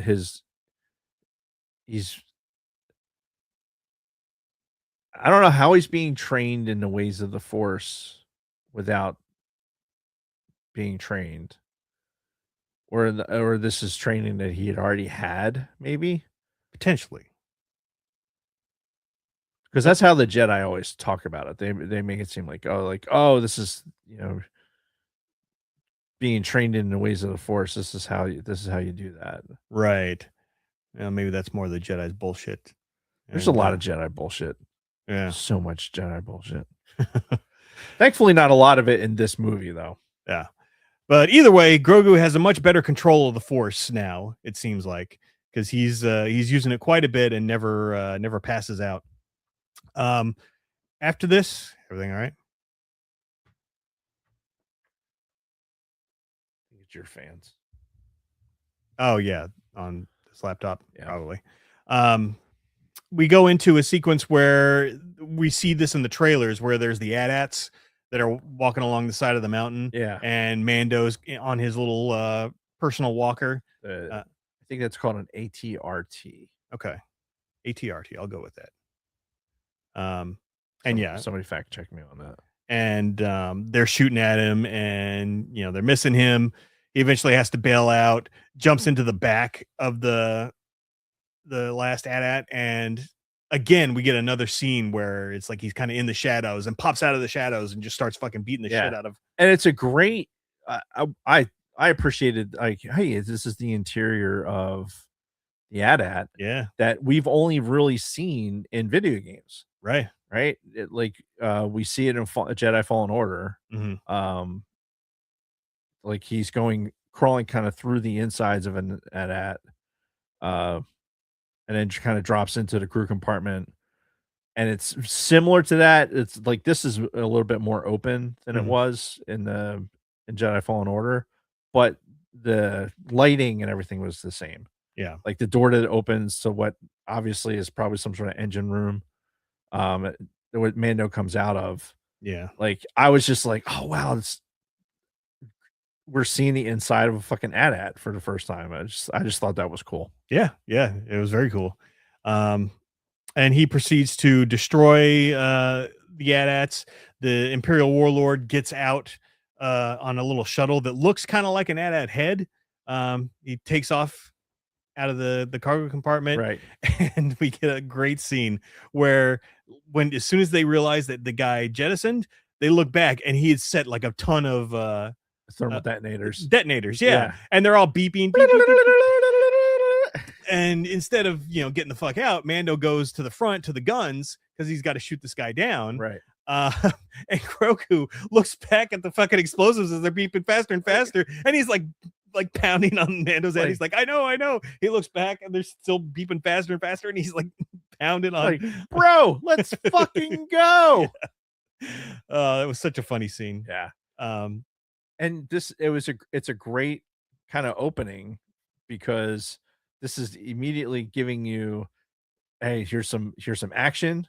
Mhm. All right, let's quench a little bit of our thirst for some Mando kicking ass Mhm. and some Grogu cuteness right in the first 10 minutes of the movie.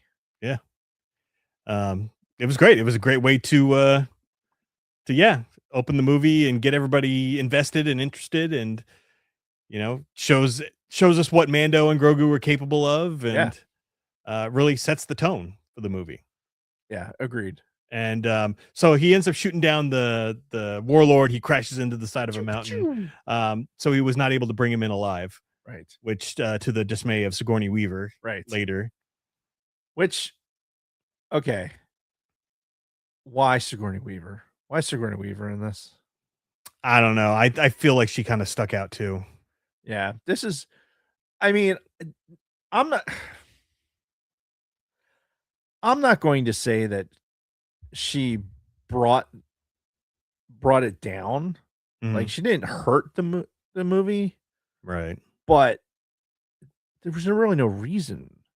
Yeah, no reason for it to be her. You know what I mean? They could have thrown anybody in there. Like unless the plan is to use her as a general for something like maybe a little bit further down the line, right? And they needed somebody like that character. Like okay, we need an actor that's going to be like recognizable as somebody with power. Mm-hmm. Like that's so we're like getting that ready, Mm-hmm. which I could see Filoni doing something like that. However, for this role, like maybe Sigourney Weaver just wanted to fucking sit in an X-wing. Spoiler alert. Yeah, it could be. She could have expressed interest in wanting to be in Star Wars, and maybe she knew somebody. And I mean, she's going to go down as one of the most recognizable sci-fi actresses, right? Ever, yeah. For Aliens. Mm-hmm. Apparently, she was in the Avatar movies too. Yes, she was. Did you not? I've not seen a single Avatar movie. Interesting. Yeah, I haven't seen the sequels. I saw the first one. Okay, you should see the first one. Yeah, I mean, I hear it's good, but you should see the first one. Yeah, maybe we'll do it for the show sometime. Yeah, I could see us doing it for the show. I think it's worth it. Okay. I think it's. I do have a 3D TV too. I haven't used the 3D part of it in years, but if I could get a hold of a 3D copy of Avatar, because apparently that's how you're supposed to see it. Is that how I saw it? Anyway, we digress. Yeah. Let's get back to Mando. Like, why Sigourney Weaver? Yeah. So yeah, he goes back to base. He's working for the New Republic, and in this base, we get a ton of cameos. We get fucking Dave Filoni in his Right. fucking, In his hat. his hat. There, Mando looks over at another table very briefly, and I only noticed this on the second viewing. Deborah Chow is sitting at that table. She's directed episodes of Mandalorian and Grogu. I think she was the showrunner for Obi-Wan Kenobi. Very well known. And then I think some of the people that were sitting at that table with her were other directors of the show. So, you had a whole little Lucasfilm cameo going on in there. Oh, I wonder, was what's her name? Bryce. Bryce Dallas Howard. Yeah. I don't know because it was a very quick shot. Yeah, So she would have been super recognizable though. Probably. It's tough to hide a redhead somewhere. Yeah. But yeah, Sigourney basically says, "Hey, you fucked up. You were supposed to bring this guy back alive. Give us some more information, but we're going to let that slide and we're going to send you on this new mission. And I'm going to give you an advance on your fee, which is this nice little ship we have right around the corner, which is a new Razor Crest." Right. Which I was underwhelmed by the reveal. Yeah. A little bit. Well, because Mando acted underwhelmed. Right. He had no, he's like, "Oh, where'd you find this?" Right. Yeah. Okay. So, all right, maybe that type of ship is, I don't know. I have no idea how to take it. Yeah. Right. After I came out of the movie, we obviously knew that the Razor Crest was back. Yeah, because they showed that in the trailers. Right. It's just got a yellow paint job on it. Yeah. And they reskinned a Lego set for it. Oh, okay. So we knew that it was going to be in the movie. Mm-hmm. So then the question becomes okay, how Right. is it getting into the movie? How does it get hold of it? Mm-hmm. For it to be so, but here it is. Yeah. And then we didn't talk about fucking this, Zeb? yes. We didn't talk about him and how good he looks so far and how good he looked in the first sequence, and then he's goes walking into Razor Crest. It's like, "Here, come on, I'm not even let you fly it." Mm. It's like, oh, okay. And then that's okay. The best part of that entire sequence was fucking Grogu bouncing on the bed. Yeah. I was like, oh, okay. All right, he likes it, so we're fucking cool. Right. You get no indication of how he felt about it. I mean, Yeah. granted, it's this fucking head. It's that you can only emote so much with this. Right. So maybe we're expecting a little too much out of this. Maybe this is excited. Maybe this is sad. Maybe this is thoughtful. I don't know. But I'm surprised you didn't talk about this, by the way. Oh yeah, I kind of forgot about it. But yeah, this is a popcorn bucket that I bought on Thursday night. You'd be like, "Oh, it's the Mandalorian helmet." Well, it is, but it also opens up and you can put your popcorn in there. And that's what I did. I ate my popcorn out of this guy. Yes, he did. And it was great. Oh, I smelled the popcorn when I opened it. Oh, that's not good. Maybe a little bit. But yeah, and it's great. It looks really well. And it's going to go on display somewhere here in the studio. But yeah, maybe I just replace my head with this for the rest of the show, and I'll try to emote with it. Right. And so the next mission that he gets sent on is a mission for the Hutts, specifically the twins that we were introduced to in Book of Boba Fett. Right. So whole backstory on this is he's got to go rescue Rada the Hutt, Jabba's only surviving heir, and take him back to the twins. The Republic thinks this, so they can be reunited as a family. Come to find out later, twins have their own agenda. Isn't this the most typical thing of the Republic ever? It's like, okay, here's the plan. we are going to make this the most convoluted thing we can possibly make Mhm. to get to this mid stage and potentially get to this result Right. and put you at the most risk you can possibly be in the entire time. Yeah. Sound good? We like this. Do we like this plan? This is what we should do, right? Yeah. Because it's all part of them trying to get to this other Imperial warlord, Commander Coin, I think Right. was his name. Yeah, exactly. We're going to do all of this to potentially get to that. Right. And that's really just to get information on that. Right. Not even to get to the guy himself. Did you notice? So I meant to talk about it first thing and I forgot. The whole card aspect of like, here's all the Empire leaders that we want to get on the playing cards. Yeah. What's it's alluding to is the deck of cards that we had during the war, Mm-hmm. during our war, where it had all of the leaders of it had Saddam Hussein, it had all of his warlords and everything else, like were each on this deck of cards. So when you would be picking off people, that would be that card you'd get rid of. Yeah. I have this deck of cards. Okay. Like I have an original deck. I'm not gonna say where I got it from, but Mhm. I got it through my dad, through somebody else. But yeah, this deck of cards has all of the people on it. And it's an interesting way to call that out because I don't know. I don't think it's just one of those kind of deep reaches where Yeah. I don't think everybody's going to pick up on that. No, I did because I know of the deck of everything. Right. But yeah, I could see the casual, the people who don't have family in the military, Right. not understanding. Right. The people that poor Kate has to deal with all the time. Yeah. So yeah, it's this whole thing where he's got to go to Nalhutta, goes to the twins. They send him to, I can't remember the name of this moon that he goes to, but there's this moon. It's kind of a seedy, undergroundy looking city. Yeah. Fuck, I can't remember either. Yeah. And this is where we get the scene where he's like paying the guy with the forearms for information, and he's like, nope, and he closes the thing, and Which and you know what? I was fine with all of that. Oh, yeah. Like all that interaction, it looked great. yeah, and this was where we got a lot of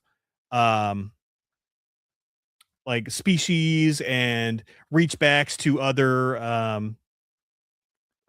stuff from canon. Right. You get the forearmed guy, which his species was the guy that was flying the ship in Solo. You got the goddamn Rhodinians. Goddamn Rhodinians. But yeah, all kinds of different species. And Goddamn baby Rhodinians. yep. And That's later. yeah. He finds Rada the Hutt, who's fighting in an arena. And he's trying to buy out his contract so he can take him to the twins. Rada's like, fuck you, I don't want to go. Yeah. And the reveal for that is too, like the picture that they have for Rada the Hutt is like his baby picture. Right. All right. Here's this tadpole. Like this is the most recent picture we have. Which I want to say, we've seen that picture before. Yes, because that's from the very first episodes of the Clone Wars. Because they the mission that Ahsoka and Anakin got sent onto was to rescue Jabba's son when he was that little fucking tadpole looking thing. I think she called him Stinky back then, but that was Rada the Hutt. Yeah. So that's the picture. Yeah. And then you get Mando rolls into this fucking, it finds out that in this arena is this just fucking jacked Hutt. Yeah. Which is jacked Hutt with a weird fucking, I don't know, like South Chicago accent. Like, I don't even know how to place it. Like, I just, like, you're so far from Huttese that I don't even know how you got there. Yeah. Though they did make his face look very similar to Jabba's. I noticed. Because they did the eyes. Like, so they did like the kind of that uneven eye. Yeah. And the nostrils too. Yeah. So they gave it that small bit of recognition, but the voice kind of threw me though. It was weird because it was just so normal English. Right. That yeah, you would. It's hard to picture a Hutt speaking in such perfect English like that. And moving around as well as it did. Yeah. Well, I found the movement very interesting because you watch the way he attacks in these arena battles, and he has to like roll sometimes to go into an attack, or he has to like pull himself with his arms into an attack, and right. Which you don't really think about the Hutts using their arms. That, and even like getting to that point too. Well, no, I'm in my brain. I'm rewinding back to like when they were in the palace and like all the Hutts, all the yeah, that Hutt isn't a species. What's the species? oh, it's Hutts. Is that's the species is Hutts? Yeah. They're all in like their like natural element, like coming like Yeah. like it's like watching slugs like kind of come out of their fucking holes. Yeah, because as Mando's walking through that Yeah. palace, you can see them like in these side rooms, like Yeah, they're doing all weird shit, and like in their natural state. And Yeah. You're just like, oh god, that's way too much fucking Jabba. yeah. The Hutt, way too much Hutt for me. Jakari was the moon. Thank you to Travis Mitchell for that. Yeah. Mando goes to the guy who's in charge of the arena fights. Right. I can't remember his name either. Well, Slurpees McSlurperson. yeah. So he goes to McSlurperson's place where he like has people make drops sometimes, and he goes in there and he's like, "I'm looking for Slurpee McSlurperson," and everybody's, oh, you must be mistaken. Right. There's nobody by that name here. Being all coy and right. Just cue the music. yeah. So he beats the shit out of everybody in there. Because up to this point, Mando has been kicking a lot of ass, which we're not used to from the show. Because from the show, it's normally him getting his ass kicked all the time. Right. I mean, he can kick a fair amount of ass, but yeah, usually he's getting beat up a lot. Like he's taking his fair amount of ass kicking. Yeah, which that does change in the movie very soon. But yeah, and the guy tells him, no, I'm not letting him out of his contract. In fact, tomorrow night is his last night ever because he's doing a Dajaric match. Right. Which is Dajaric is the board game. Yes. Right. Is the board game that you see in the Millennium Falcon. Right. Where when we see that in the arena, it's the same fucking creatures, or at least some of the same fucking creatures in live action form. Like you got the dude with the fucking hammer. Yeah. You got the dude with the long neck that picks up the dude with the hammer and throws him down. Right. And moving forward a little bit in that arena fight, we even get the scene where the dude with the hammer fucking blah, hits the guy, and then when he picks him up and slams him down, just like in the movie. So it was a nice little nod back to the originals. Yeah, agreed. And hopefully everyone picked up on that. I think it's one of those things on second viewing. It'll jump out at you a lot more. Right. That like, oh my god, look at these guys. But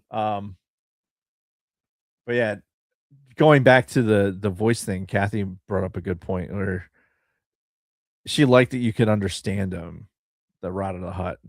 Like, it made it like, because he's different than the Hutts, the rest of the Hutts. Right. Like it made him that much more different. Like not speaking Huttese. Like I can see where she's going with that. Yeah, putting in effort to be fluent in basic. Right. Okay. So yeah. No, that makes a lot of sense. So yeah, Mando gets caught up in this battle with him because he gets captured earlier. Using some like poison gas. Him and Grogu get captured. Right. They put Grogu in a little bird why cage. the fuck are you wearing why are you wearing this? Right? Mm-hmm. Smoke the stormtrooper helmet filters out Smoke, smoke, not toxins, or the other Right. way around. but and you know that there's like you're gonna wear a helmet. Why not fucking filter toxins? I know. Like you should not have been taken out by fucking some gaseous anomaly. Mm-hmm. Should not have happened. No. Dude, why are you wearing this? You could just fucking get gassed out. Apparently, it's only to cover your face, so your face doesn't get seen. Yeah. Yeah. After the Jajaric match, they escape because I feel like we skipped a bunch of stuff. yeah, there's stuff in the middle there where he's, trying to buy out the contract, and then he goes back to Rada to try to get him to leave with him. But yeah, it's and there's a scene where he puts his back to the wall and he has Grogu climb up the wall and go into the building and open the door for him. Right. But yeah, it basically all culminated in him ending up in the arena with Rada. First they were fighting each other, then the Dajaric part started. Right.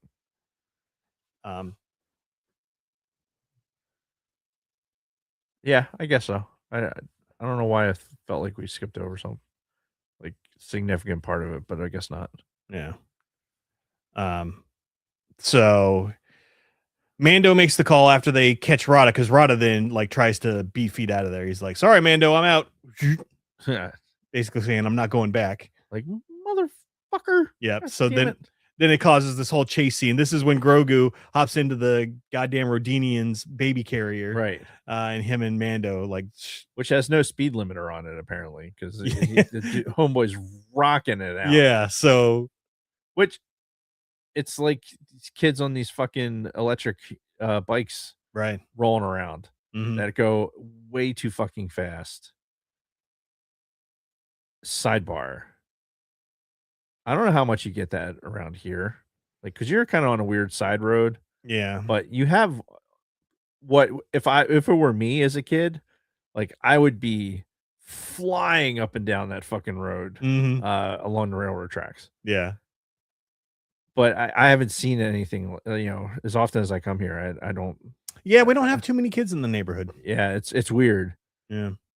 But we've got kids on e-bikes all over the place, and not wearing helmets, and these bikes go fucking. I know they could do probably 60 miles an hour. Yeah. And I think the way the law is written now, that anything that can go over 35 miles an hour, you're supposed to have a helmet, I think. I mean, that seems reasonable. Yeah.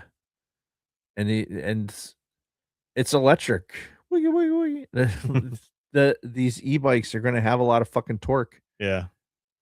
And it reminds me of Grogu getting into this thing going zoom, fucking taking off. You're like, dude, all right, here we go.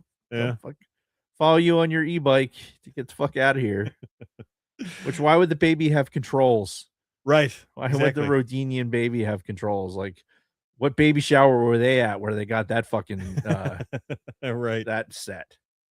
But they corner Rada, they take him back.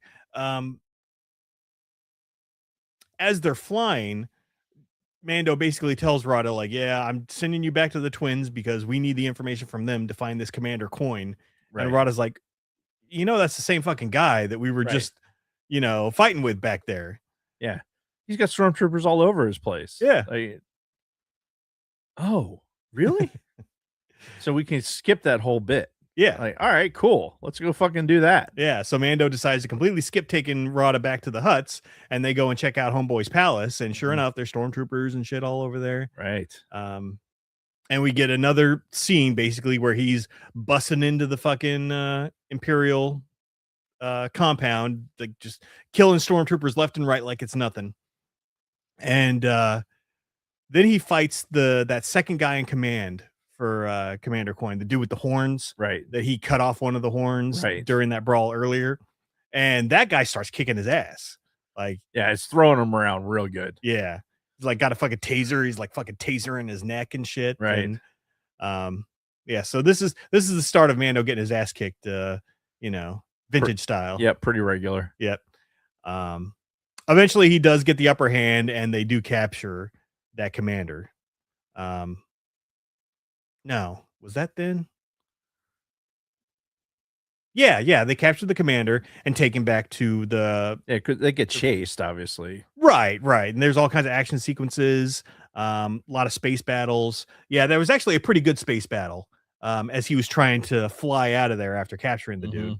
I wish there would actually like so with those space battles, they had their own spacecraft. Mhm. I would have liked to have seen some TIE fighters in that. Yeah, you kind of wonder why they wouldn't have TIE fighters on hand. I mean, all right, this Empire is a remnant, right? So there's probably just didn't have them. I guess. But I mean, so I get it. I just would have it just would have warmed the cockles of my heart if I had seen a TIE fighter in that scene. Yeah. Which, rewinding real quick, speaking of a TIE fighter and the TIE pilot, I've personally, the scene with in the AT-ATs in the very beginning, when you had the AT-AT drivers, right? Yeah.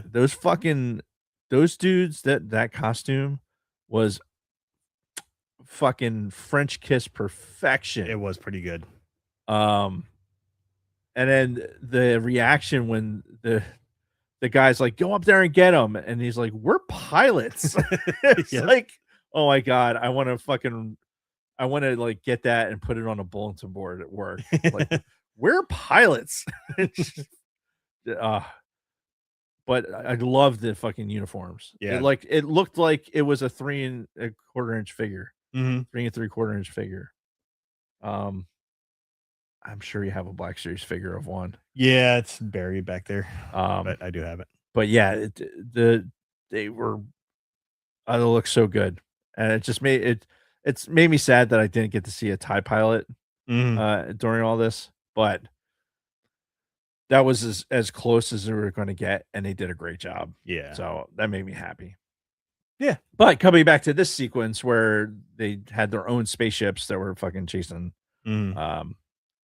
these guys, and yeah, so it's not TIE pilots. Yeah, so he takes this commander coin back to the fucking the New Republic base that they've been operating out of, hands him over to Sigourney Weaver, and she's like, what the fuck, you were supposed to take Rada back to the twins, now they're fucking pissed at us, right? And it was like, sorry, I made a call, and this is what I chose to do.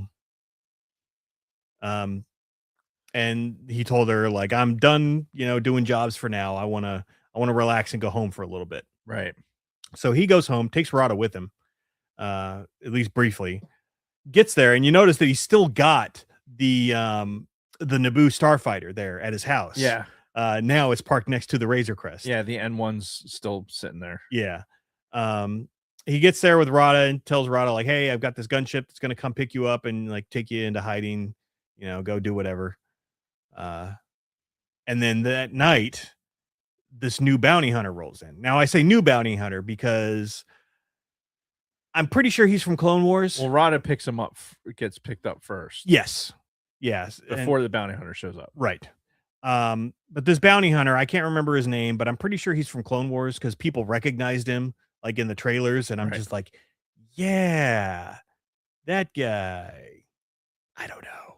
Yeah, he may have very well been in other stuff, and this is where the Bronco Fets are like, yeah, if you watch the Clone Wars more often, like, yes, we know, yeah, but yes, the dude has a very uniquely shaped Captain America fucking helmet. Yes, yeah, the shield helmet. Yeah, fucking that was where he actually takes it off and throws it at him at one point too. Like, God, I hate that guy. Yeah. And when Mando got home, he brought the Anzellans in to start working on the new Razor Crest. Yeah. And you get the immediate, just you get the like, Grogu comes after him, and they're like, ah, like, it's horrible, baby. Yeah. I love the Anzellans. Yeah, they're great. They're so just they're perfect little characters. Mm-hmm. I can't even. Where's Babu? Where's he at? You can kind of see him. He's behind some stuff. Oh, he's hiding. He's Yeah. hiding back there. But yeah, they're great, and they are with Mando that night when the bounty hunter shows up. He throws them all under the floorboards, Right. Holocaust style, and goes and deals with the bounty hunter and tells them like, "Hey, if shit goes down, you get out of here." And shit went down. Bounty hunter attacks him. Mando proceeds to get his ass kicked and captured, while Grogu and the Anzellans, The Manzellans. They're watch- a little bit taller. right, watch as they as Mando gets taken away, and one of the other Anzellans too. That little wolf guy grabbed one of the other ones, Right. and took him. Right. It was like, this is a moment of like you just write that dude off. It's like oh no. Yeah, I thought he was dead. But it reminded me of Toy Story with the like the dog getting one of the aliens. Yep. Like, the farewell, my friends. Yeah. One of those guys. Mm-hmm. Yeah. Another situation though where Mando is taken out by something that I feel like you should have fucking been ready for that, dude. Mm-hmm. Like I don't know. Like, oh, I'm looking at you with my anti-predator cam. Yep. Right. And yet still somehow I don't know. Yeah, he triggered like a little landmine Right thing that just wrapped him up. And, yeah. Which I'm almost certain that I've been trapped by in a game at some point. Right. That same exact thing. So the bounty hunter takes Mando to Nal Hutta, back to the twins, while Grogu and the Anzellans now have to come to the rescue, which is fucking great. They get into their little spaceship that they have. Right. Right. The thing is like this big. It would fit on this table. Yeah. It was great. Like just Grogu's like crammed in there. Mhm. Like it was I saw the Anzellan spaceship. Adam Savage did actually did a whole sequence of things. People should watch it. It's on the Tested YouTube channel. Mhm. And he's actually standing there with Dave Filoni? no, Jon Favreau. Thank you. Jesus. He's with Favreau, and Favreau's like kind of taking him and showing him all the different stuff. Mhm. But yeah, they had the actual ship with the puppets. Oh, nice. That they do with the puppets, and you see it's like scaled to Grogu size. Mm-hmm. And it's just great to think you got the Grogu puppet is in there, and then you have the Anzellan puppeteers are in there. Mm-hmm. And just the fact that this is still puppets. Yeah. They're still using puppets for this. Yeah. Like it's not CG. They're like there is an aspect of like you can still tell by the kind of the movements and stuff like that it's not perfect. Right. And we don't want it to be. Exactly. We want it to look like Star Wars, not Jurassic Park. Yes. And the Anzellans are a perfect kind of mix of that. Mm-hmm. And Grogu himself. Yeah. Because I think we talked about it when she did the interview, but like Sigourney Weaver saying that Grogu never shut off. There was never a time when you're like looking at a puppet just laying there on the ground. Like whenever Grogu was you're in the room with it, it was on. Yeah. Like it was actively being like puppeted. Yeah. Puppeteered, I guess. I don't know. Yeah. Being maneuvered. Yeah. Right. So it was always like kind of looking around, and the ears are kind of always twitching and like making noises and stuff. Like it was always on. So you just looked at it like it was just another actor, right, as part of these scenes. And that's the beauty of when you have an object that you can emote to. Yes, and not just like a green ball on a stick. Right, exactly. So It's the thing that sets Star Wars apart. Yeah. What was this for? That is for Lawson being alive in Maul. Ah, I still say he's alive. Anyway, Mando gets delivered to the huts. This is the scene where they throw him down into that fucking water pit where you see the big fucking snake that Right. that he's fighting. But before that, he's fighting these Amani, and I wanted to share this with you real quick because as soon as they revealed those Amani characters, I'm like, I know exactly what that is. That was a fucking toy from the Return of the Jedi era. And I'm gonna share my screen here and show you what it looks like because I had that toy. Where is the stream? There it is. Ah, I don't know what I just did.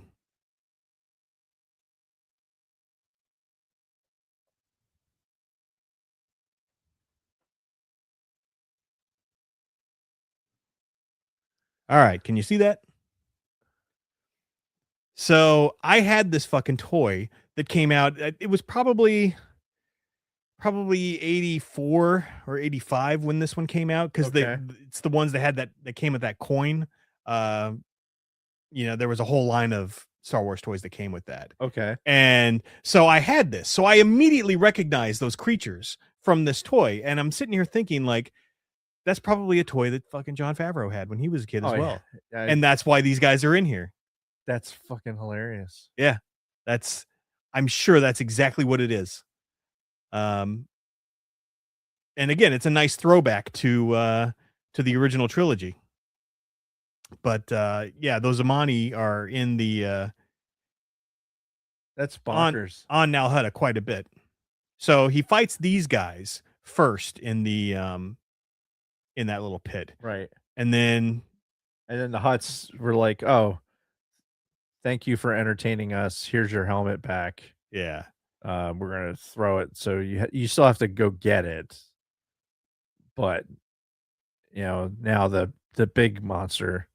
Now round 2 is going to be the big monster. Yeah. that comes up. The big serpent, which Right. which we saw in the trailers. right, which isn't the mythosaur. No, which I thought it might have been Right. after we saw the trailers, but I was wrong. I admit I was wrong. Yes. I told you were wrong. Well, now I know I was wrong. Right. So you were right. I wish people would just Just listen to you. Just take everything you say as gospel. I mean, you'd still be right. Like, I don't know, 90% of the time. All right, fair enough. Anyway, so he's fighting this fucking sea serpent, and it's this long drawn out battle until Grogu and the Anzellans show up because they landed on the planet. They went to fucking Jabba's palace, the twins' palace, and they're sneaking through the sewers, and they finally find where he's fighting this thing. Right. Well, it's funny you say that with Jabba's palace because they were very deliberate in the showing of the twins' palace. It had a lot of the exterior was reminiscent of Jabba's palace. A little bit. And it was kind of built into this like tree structure or whatever. Yeah. But it had like the kind of the cookie jar shapes with the slits Mhm. kind of at the top and like with the lids. Like it did when they were panning by it as he was flying by it had the Jabba's palace look to it. Yeah. It just was embedded in a tree. Right. And we completely forgot to mention that the droids that guarded the twins' palace. Oh, yeah. They're all old battle droids. Yeah. Of different models and everything. It's different heads sewn onto different but welded onto different shit. And even one of them was the head of a K2 unit. I don't know if you saw that, but there was at least one droid that had like a K2 helmet on as well. Yeah, there was a K2. There was a one of the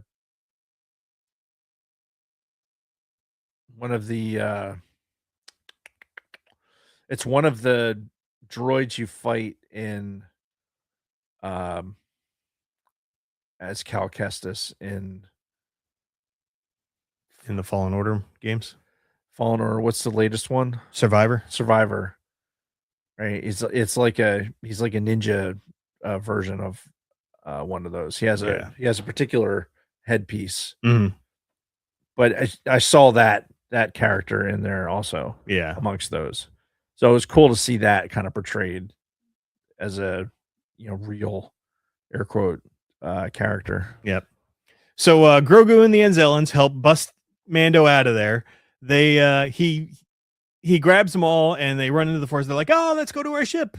It's this way." And they run. And he gets to the ship and he's like staring at the ship. And then Grogu's going and he's like signaling for him to come. He's like, "I can't fit in that." He's like, "Bro, what the fuck?" Yeah. Oh, and during this battle with the sea serpent, he gets like bit or cut. Right. And apparently is very poisonous, like poisonous enough to where it'll kill him. Yes. Because that becomes the plot from here on out. Right. Is Mando's dying to this poison, and spoiler alert, Grogu didn't leave with the Anzellans. He stayed behind to basically look after Mando. Right. Mando tells him, "Go, fucking, go with the Anzellans." Mm-hmm. And the Anzellans are like, "We'll be back." Yep. We'll be back, man. I need to figure out how to do an Anzellan. Yeah. I'll work on it. Yeah. But they say we'll be back, and then they take off. You see the ship go away, and you assume that Grogu was with them. Yes. But you had to know in the back of your head, you knew that there's no way Grogu actually left. Right.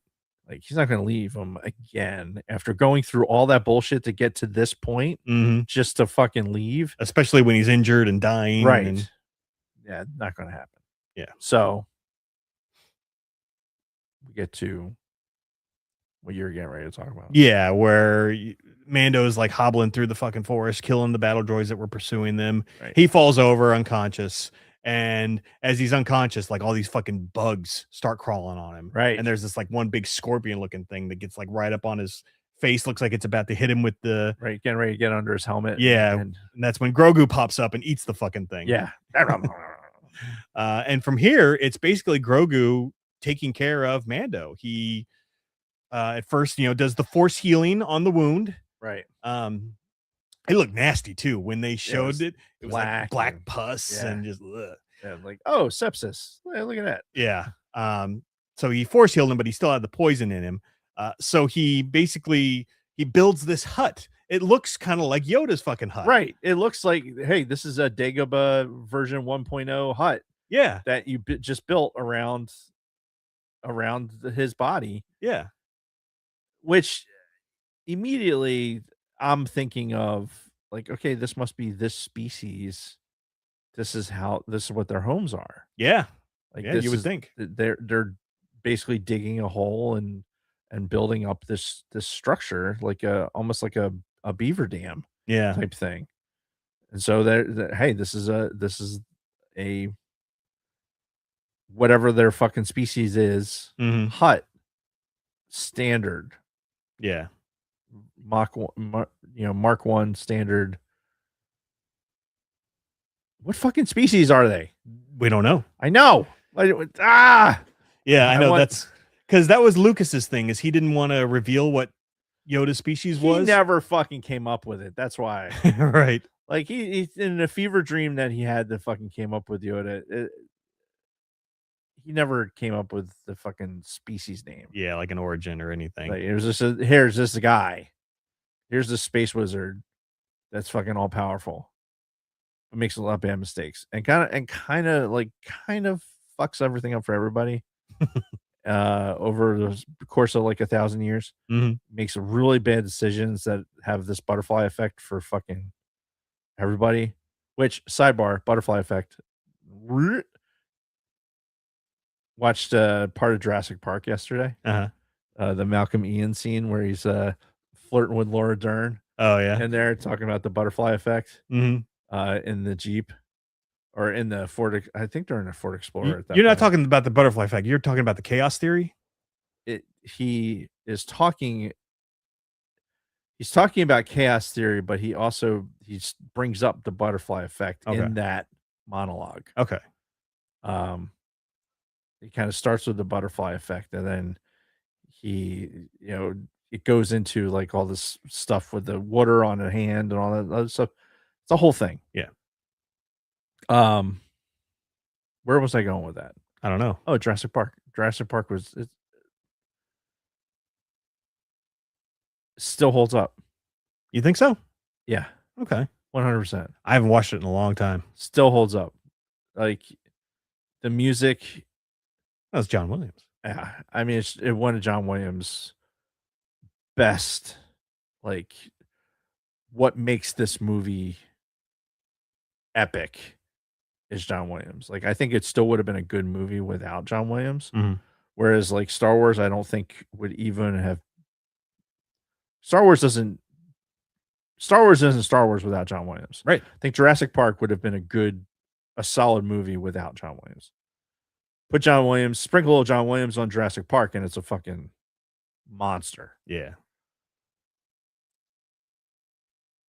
But even the effects and just watching it and the story and everything else, like it just seems like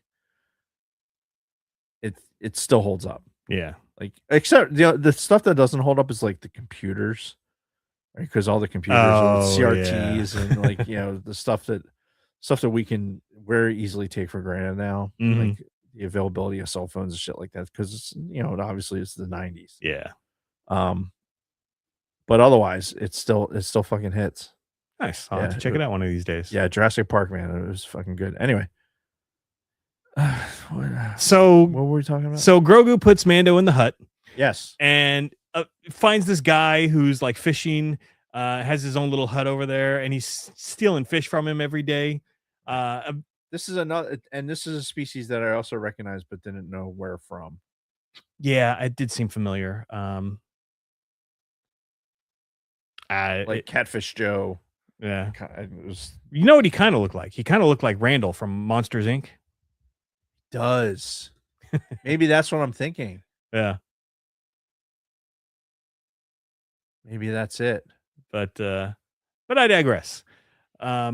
Eventually, Grogu has an interaction with this guy. The guy knows that Mando's been poisoned because the bounty hunter came and talked to him one day. So he's like, well, here, feed this to him. He might still be dead, but, feed this to him. You'll at least make him comfortable. So Grogu goes back, gives him the antidote. And sure enough, Grogu wakes up in the hut and the Mando's gone. Right. So he walks outside just in time to see Mando pulling up his pants after taking a shit in the woods. Yeah.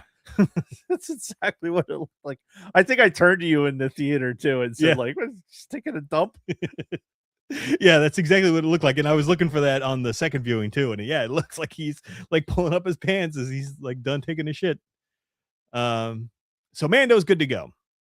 They decide, all right, we're gonna go fucking rescue Rada, deal with the fucking huts, because the huts also got Rada when they got Mando. Long story, but the bounty hunter got him as well. And he's like captured in the huts thing, like being tortured and shit. So they go back to he's being tortured in a way that he'll be alive for 1,000 years being tortured. Yeah. Because the huts like to, like, it's not just about suffering, just like getting tossed into the fucking the vagina pit.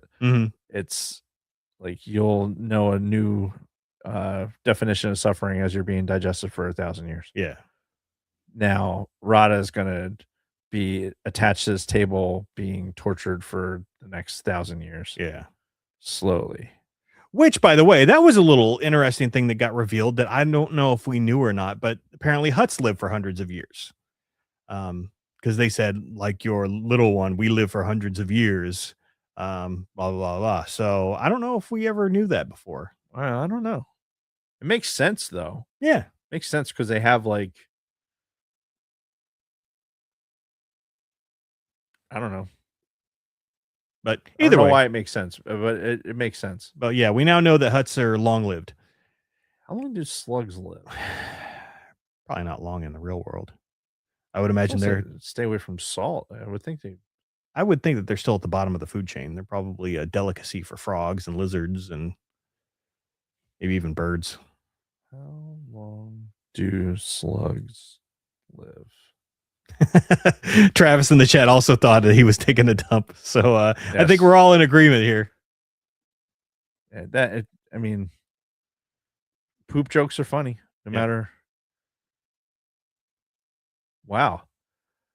Most slugs live to about from 1 to 5 years, Oh, just depending on species and conditions. Common garden slugs usually live around 1 to 2 years, while some larger species can live 3 to 5 years in damp protected environments. Their lifespan depends heavily on moisture, temperature, food supply, predators, and whether they survive dry or freezing periods. They're most active in cool, wet conditions, and they may hide underground or under debris when conditions are too dry. So fucking a 5-year-old slug. ugh.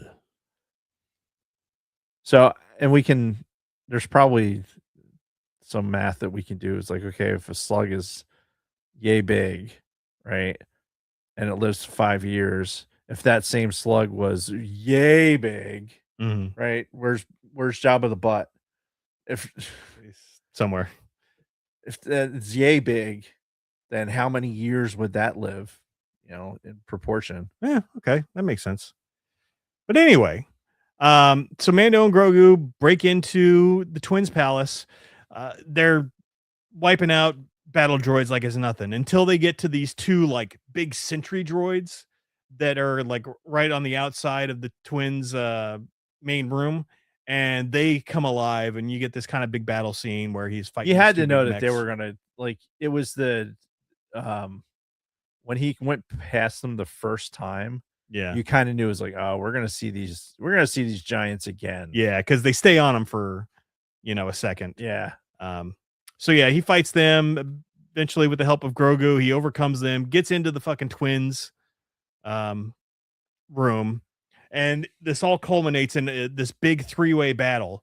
It's Grogu lets Rada go. As soon as he does, Rada starts fighting with the two Hutts. Grogu starts fighting with the fucking wolf from the bounty hunter, and then the bounty hunter himself is fighting Mando. So, all this is going on. Everybody was kung fu fighting. Yeah, exactly. And wow, how fucking racist was that? Holy shit. The whole with the whole little like ching, ching, ching, ching, ching, ching, ching, cha. Like, wow. it was a different time. It was a different time. Eventually, Mando and company all come out on top, as as we said before, the good guys win. And yeah, that's kind of. Well, I mean, you have this whole danger close sequence where Sigourney Weaver comes in and Oh yeah, that's right. Because the Anzellans come back and they're, right. they're like, "Hey, We told you we'd come back." Yep, and then all the fucking X-wings come in, and of course Dave Filoni's one of them. They destroy the Hutt's palace just as Mando and company are getting out. They go back to the New Republic base. Rada says he's going to stay with the New Republic. Meanwhile, Mando and Grogu get back in the Razor Crest, and he tells Grogu to come sit up front with him, and he lets Grogu fucking do the hyperspace jump, and that's the end of the movie. But we don't get that music. We don't. So a comment on the music real quick. Mhm. It was the Mandalorian music. Mhm. There were elements, definitely there was scored elements, like orchestral scored elements in certain areas. Yes. I wouldn't say that they were John Williams scored elements, but they were definitely scored. Sure. So that I think the idea was I want to see the movie again so that I can say that, like, okay, yeah, they're showing with this Empire Remnant, they're playing more like, okay, let's give it the older orchestral, like Imperial March style type music. There's a lot of synthesizers in it too. In some of the a score. couple of them were like excessive, I think. there was a little extra like I don't need that much. I really don't need that much synth in my life that it kind of overpowered the sequence, but that's fine. That's a Dave thing Mhm. more so. Um uh where was I going with that? The score. Yeah. I mean I didn't hate it. I was worried about it going into this. I was Right. worried that the score was going to I was worried that I was gonna worry about the score, like, the whole time.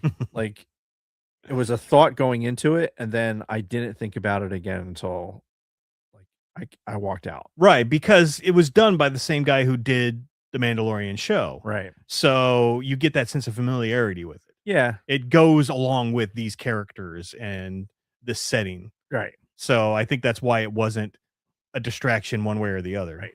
Except for, like, there was some sequences where I was like, "Okay, this is a little excessive," but Mm. for Dave, anyway. Sure. Um, but yeah, I didn't hate it. It didn't it kept everything going, and it was appropriate. Yeah. So let's talk about your little theory about this, whether or not it's a Star Wars movie, I because I'm s curious. So, this was a movie in the fact that it was in the theater, Yes. right? It was released into a theater. Hmm.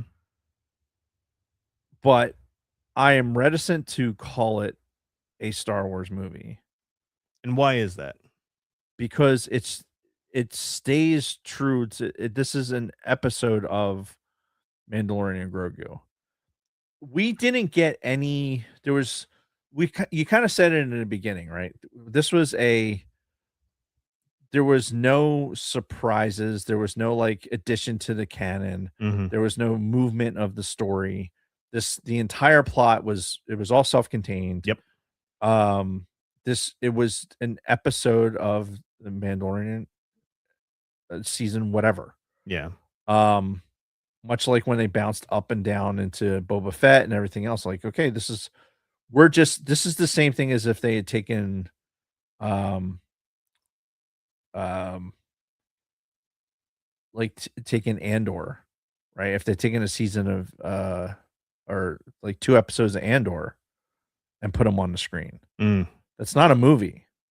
Okay. They didn't just because they released it on the screen, it has all the like it looks like a movie. Yeah. And I think what Filoni and Favreau have been doing with The Mandalorian and all these shows by how they're presenting and what they're giving us like visually is movie quality. And we've been getting that the entire time. Yeah. The fact that they could take basically what they've already been doing and throw it up on an IMAX screen and it looks as good as it does is a testament to what they've been doing. Yeah. But they're not changing anything. This wasn't groundbreaking in any sense of the word.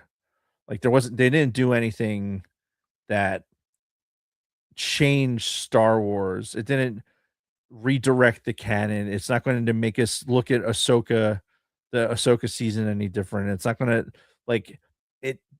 It just it was out there to entertain us, and that's great. Yeah. It was a movie. When I rank Star Wars movies, like if I'm looking at a Star Wars movie and I'm ranking it, like, am I going to rank it with the other Star Wars movies that have weight inside the canon?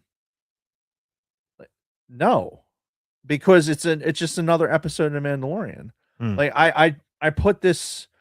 I didn't come out of that theater thinking like, oh my god, this was something that is deserving of being in line with another Star Wars movie.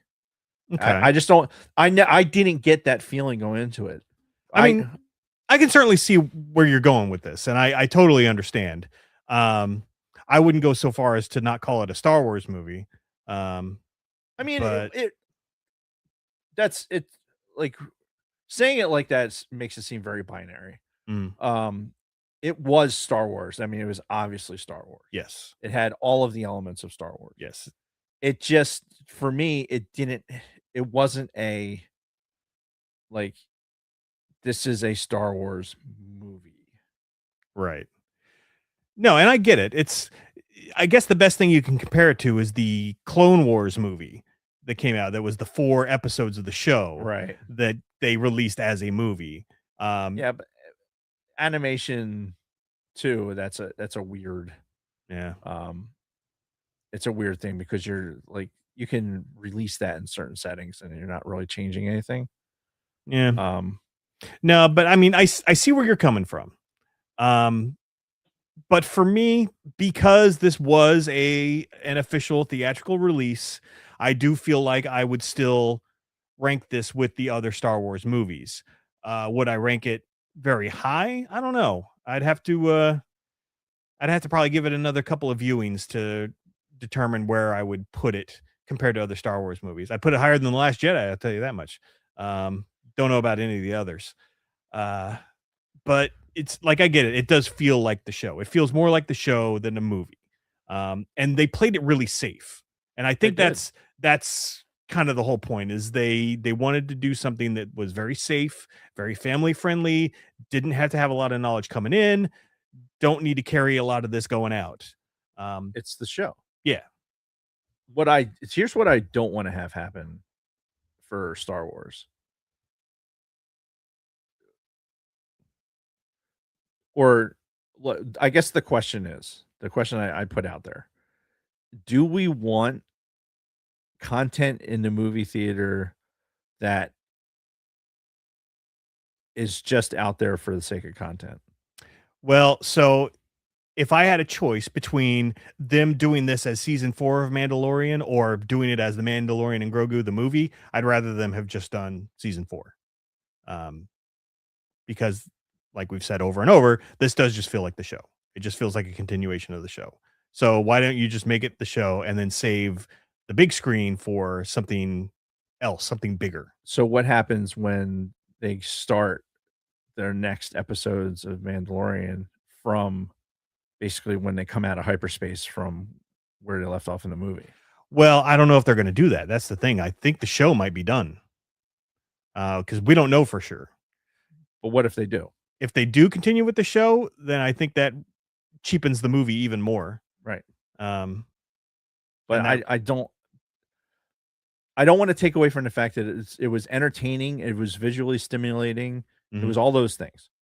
But it was I went to the theater and I watched an episode of the show on a big screen. Yeah. That was it. Just like if I watched, we specifically went and watched I remember we watched Andor. Yeah, like the first episode of Andor. Right. And on then the big watched screen. Rogue One. Yeah.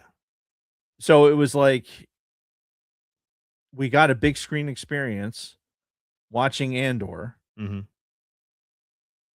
It looked like a movie, right? Yeah. It was made the same way, but it wasn't a theatrical release. Yeah. So it was just another episode that this is how they released it, this episode. And it was like, okay, this is how we're seeing this episode. And then we're, seeing Rogue One. I don't feel like this is any different. I don't, because I can't, you talk about The Last Jedi. I don't know that I would put this ahead of Last Jedi just from the fact that Star Wars, like the Skywalker saga in particular, is canonically where like the bread and butter is. I'm not in this for just the surface level entertainment of it. Yeah. There's a story and a bigger overall narrative. Yes. Yeah. Of what Star Wars is that has engrossed us for decades. Yep. And that the core of that is what is in the movies. Mm-hmm. And those movies are the episodic movies. Right. With this, the Solo and Rogue One. like have direct ties to what's going on canonically to the Skywalker saga. Yeah. Right or wrong. Like we'd love to see a fucking an old Republic style thing or whatever, but that's again, you make that in a 3 actual release, you're still doing it in the canon, but you're doing it in a different way. Yeah. The Starfighter is completely completely new. Yeah, but I New think it's characters and and I think it's going to be completely removed from that overall saga yeah, story arc again. and that's fine, depending on where it is on that timeline. Because if it's somewhere on that timeline that's far enough in the past that we're is it the past or the I'm future? pretty sure it takes place after Rise of Skywalker. Okay. Yeah, I think they even said like 2 years after Rise of Skywalker. Or So something like that. technically, it is still in the Skywalker timeline, Right, but we just might not see any interactions or any of that story. which is fine. It's still there. yeah. To me, that's still within that time frame. What I'm saying is that this Mandalorian movie is not like, hey, I'm attaching this to the canon, and this is one of those branches of the core of what Star Wars is that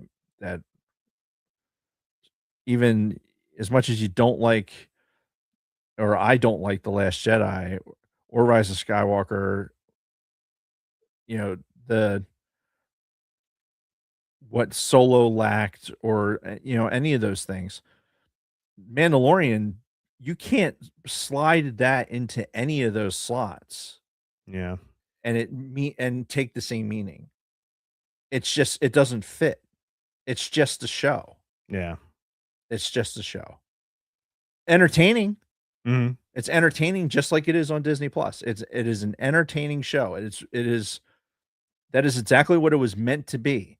And because they chose, like you were saying, to be safe, and it's like, look, this is the show. We want people to see the show. We're going to put them in the theater, and we're going to make some money with it in the theater. Awesome. Maybe we just want to see how this style of production looks on the big screen. Yeah. Maybe this is the experiment to see. This is the safest way for us to see, like, how does our production and what we're doing here in this studio environment with the thing I can't remember the name of right now. The volume. Volume. I was thinking vault. The volume. Yeah. How we're making these shows. We put that up on a movie screen. What does that look like? Yeah. And our audience is going to buy it. And if they do with something as safe as The Mandalorian, and like now, all right, now let's make Star Wars with it. Yeah. Again, I'm not saying that this isn't Star Wars. What I'm saying is it's not like movie with a capital M. Right. Because the big thing is it's not connected to the main saga really that much. And yeah, I agree with most of the stuff you're saying, though in the long run, I would still consider this to be a Star Wars movie, to be ranked with the rest of the movies, including the spinoffs. Yeah, I think I think it's a different ranking. I think what you're doing is you're ranking for entertainment purposes. You're not ranking for like Star Wars movies. Like you're just ranking solely on like the quality of the movie. Okay. I think it's a different conversation. Yeah, we can have that in the future for sure.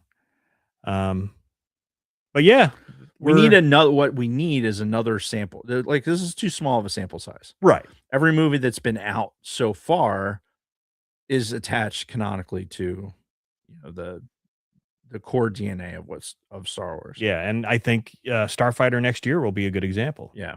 So we'll get a little bit larger sample size and see Yeah. how that goes. Yeah. And we'll see.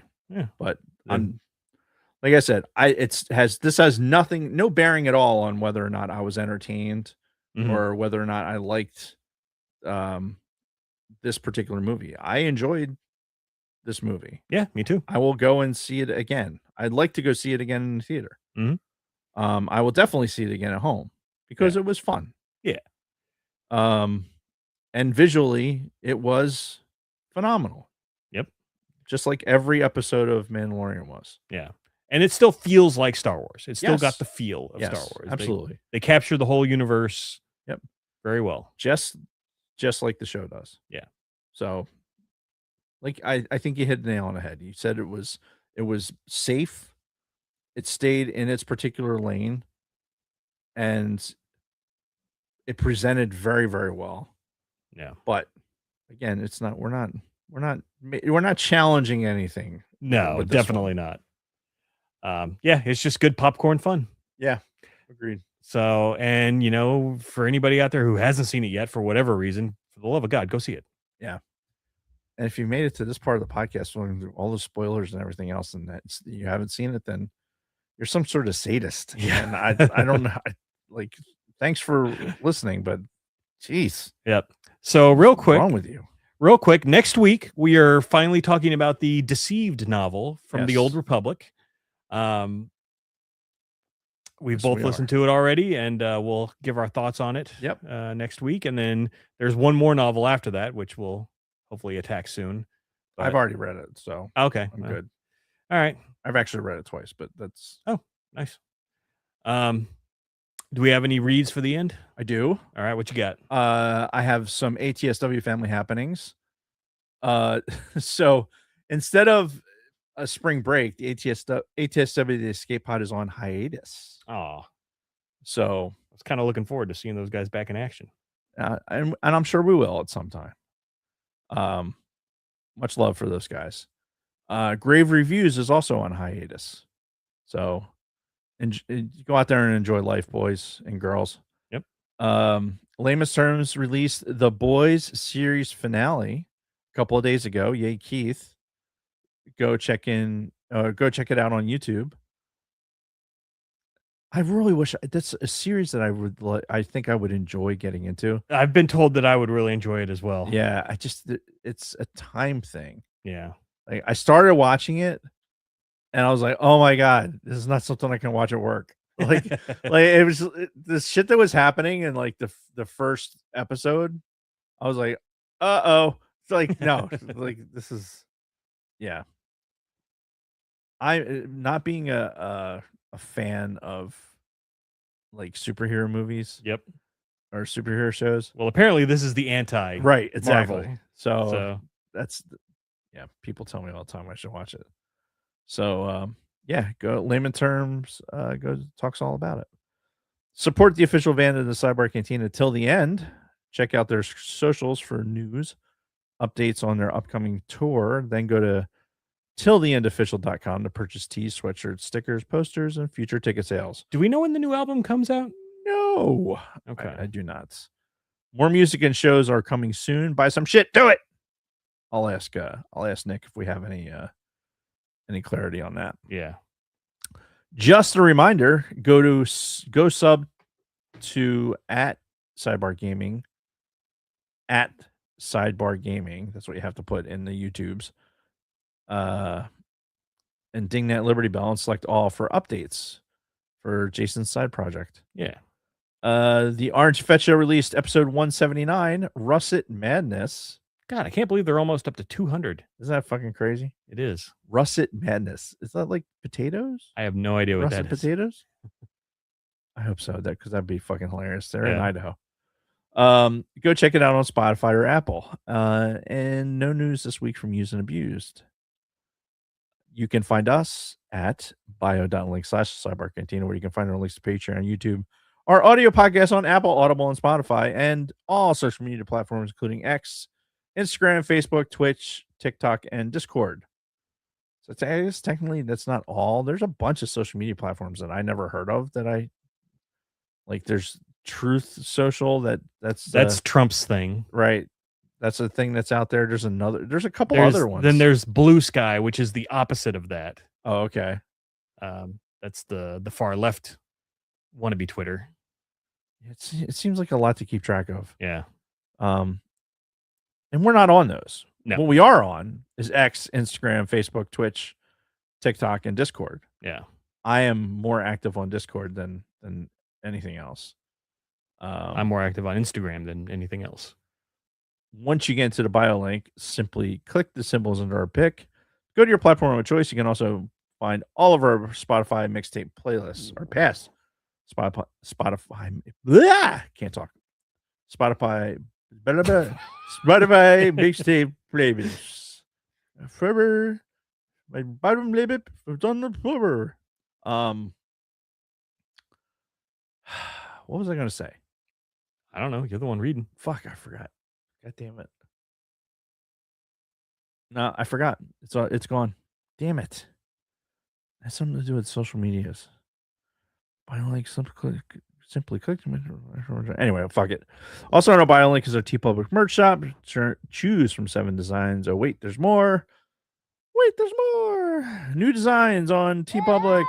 Sidebar, swagtastic on everything from t-shirts and hoodies to tote bags, phone cases, exclusive stickers and pins, wall art, magnets, notebooks, laptop cases, pillows, just about anything you can imagine. Nothing says loving like a naked Jason chick on a pillow. I guarantee you that Jason is spooning that pillow while Kristen is gone for this week. So, Kristen, watch out for that.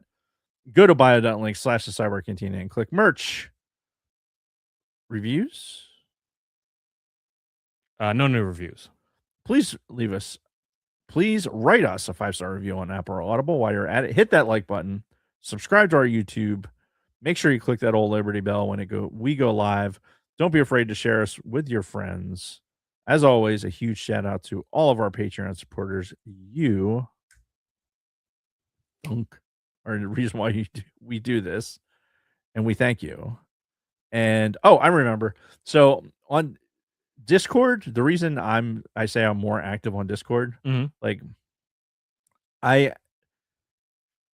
if I have to like have some sort of like just mental diarrhea and some place to put it, it's usually on Discord. Okay. So like if I'm constantly looking at accidents, aircraft mishaps and things like that. Yeah. So I have a channel on there for discussions for aircraft investigations. Or I've seen that channel.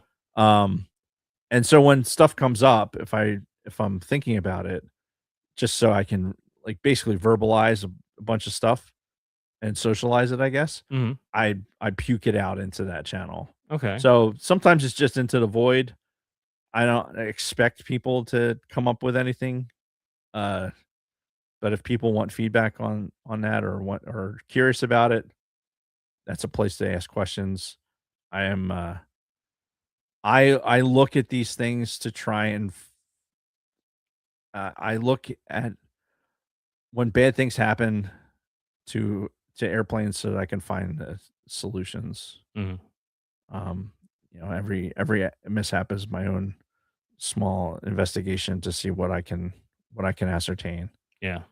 Because you never know, you might find something. But anyway, that's what I do on Discord. That makes that part of it interesting. Between that and Lego builds, I'll post that there. Yeah. Because that's all I'm doing with my life. Anyway, that's it. May the force be with you. All right. Like Dave said, that's it. We'll be back next week with Deceived. We're already over time, so until next time, Dave and everybody else, may the force be with you. May the force be with you.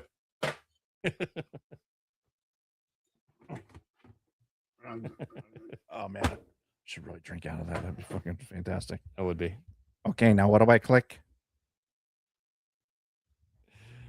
All right, guys, we're way over time, so we're going to close up the stream. Thank you all for joining us and staying with us. It's Thank you.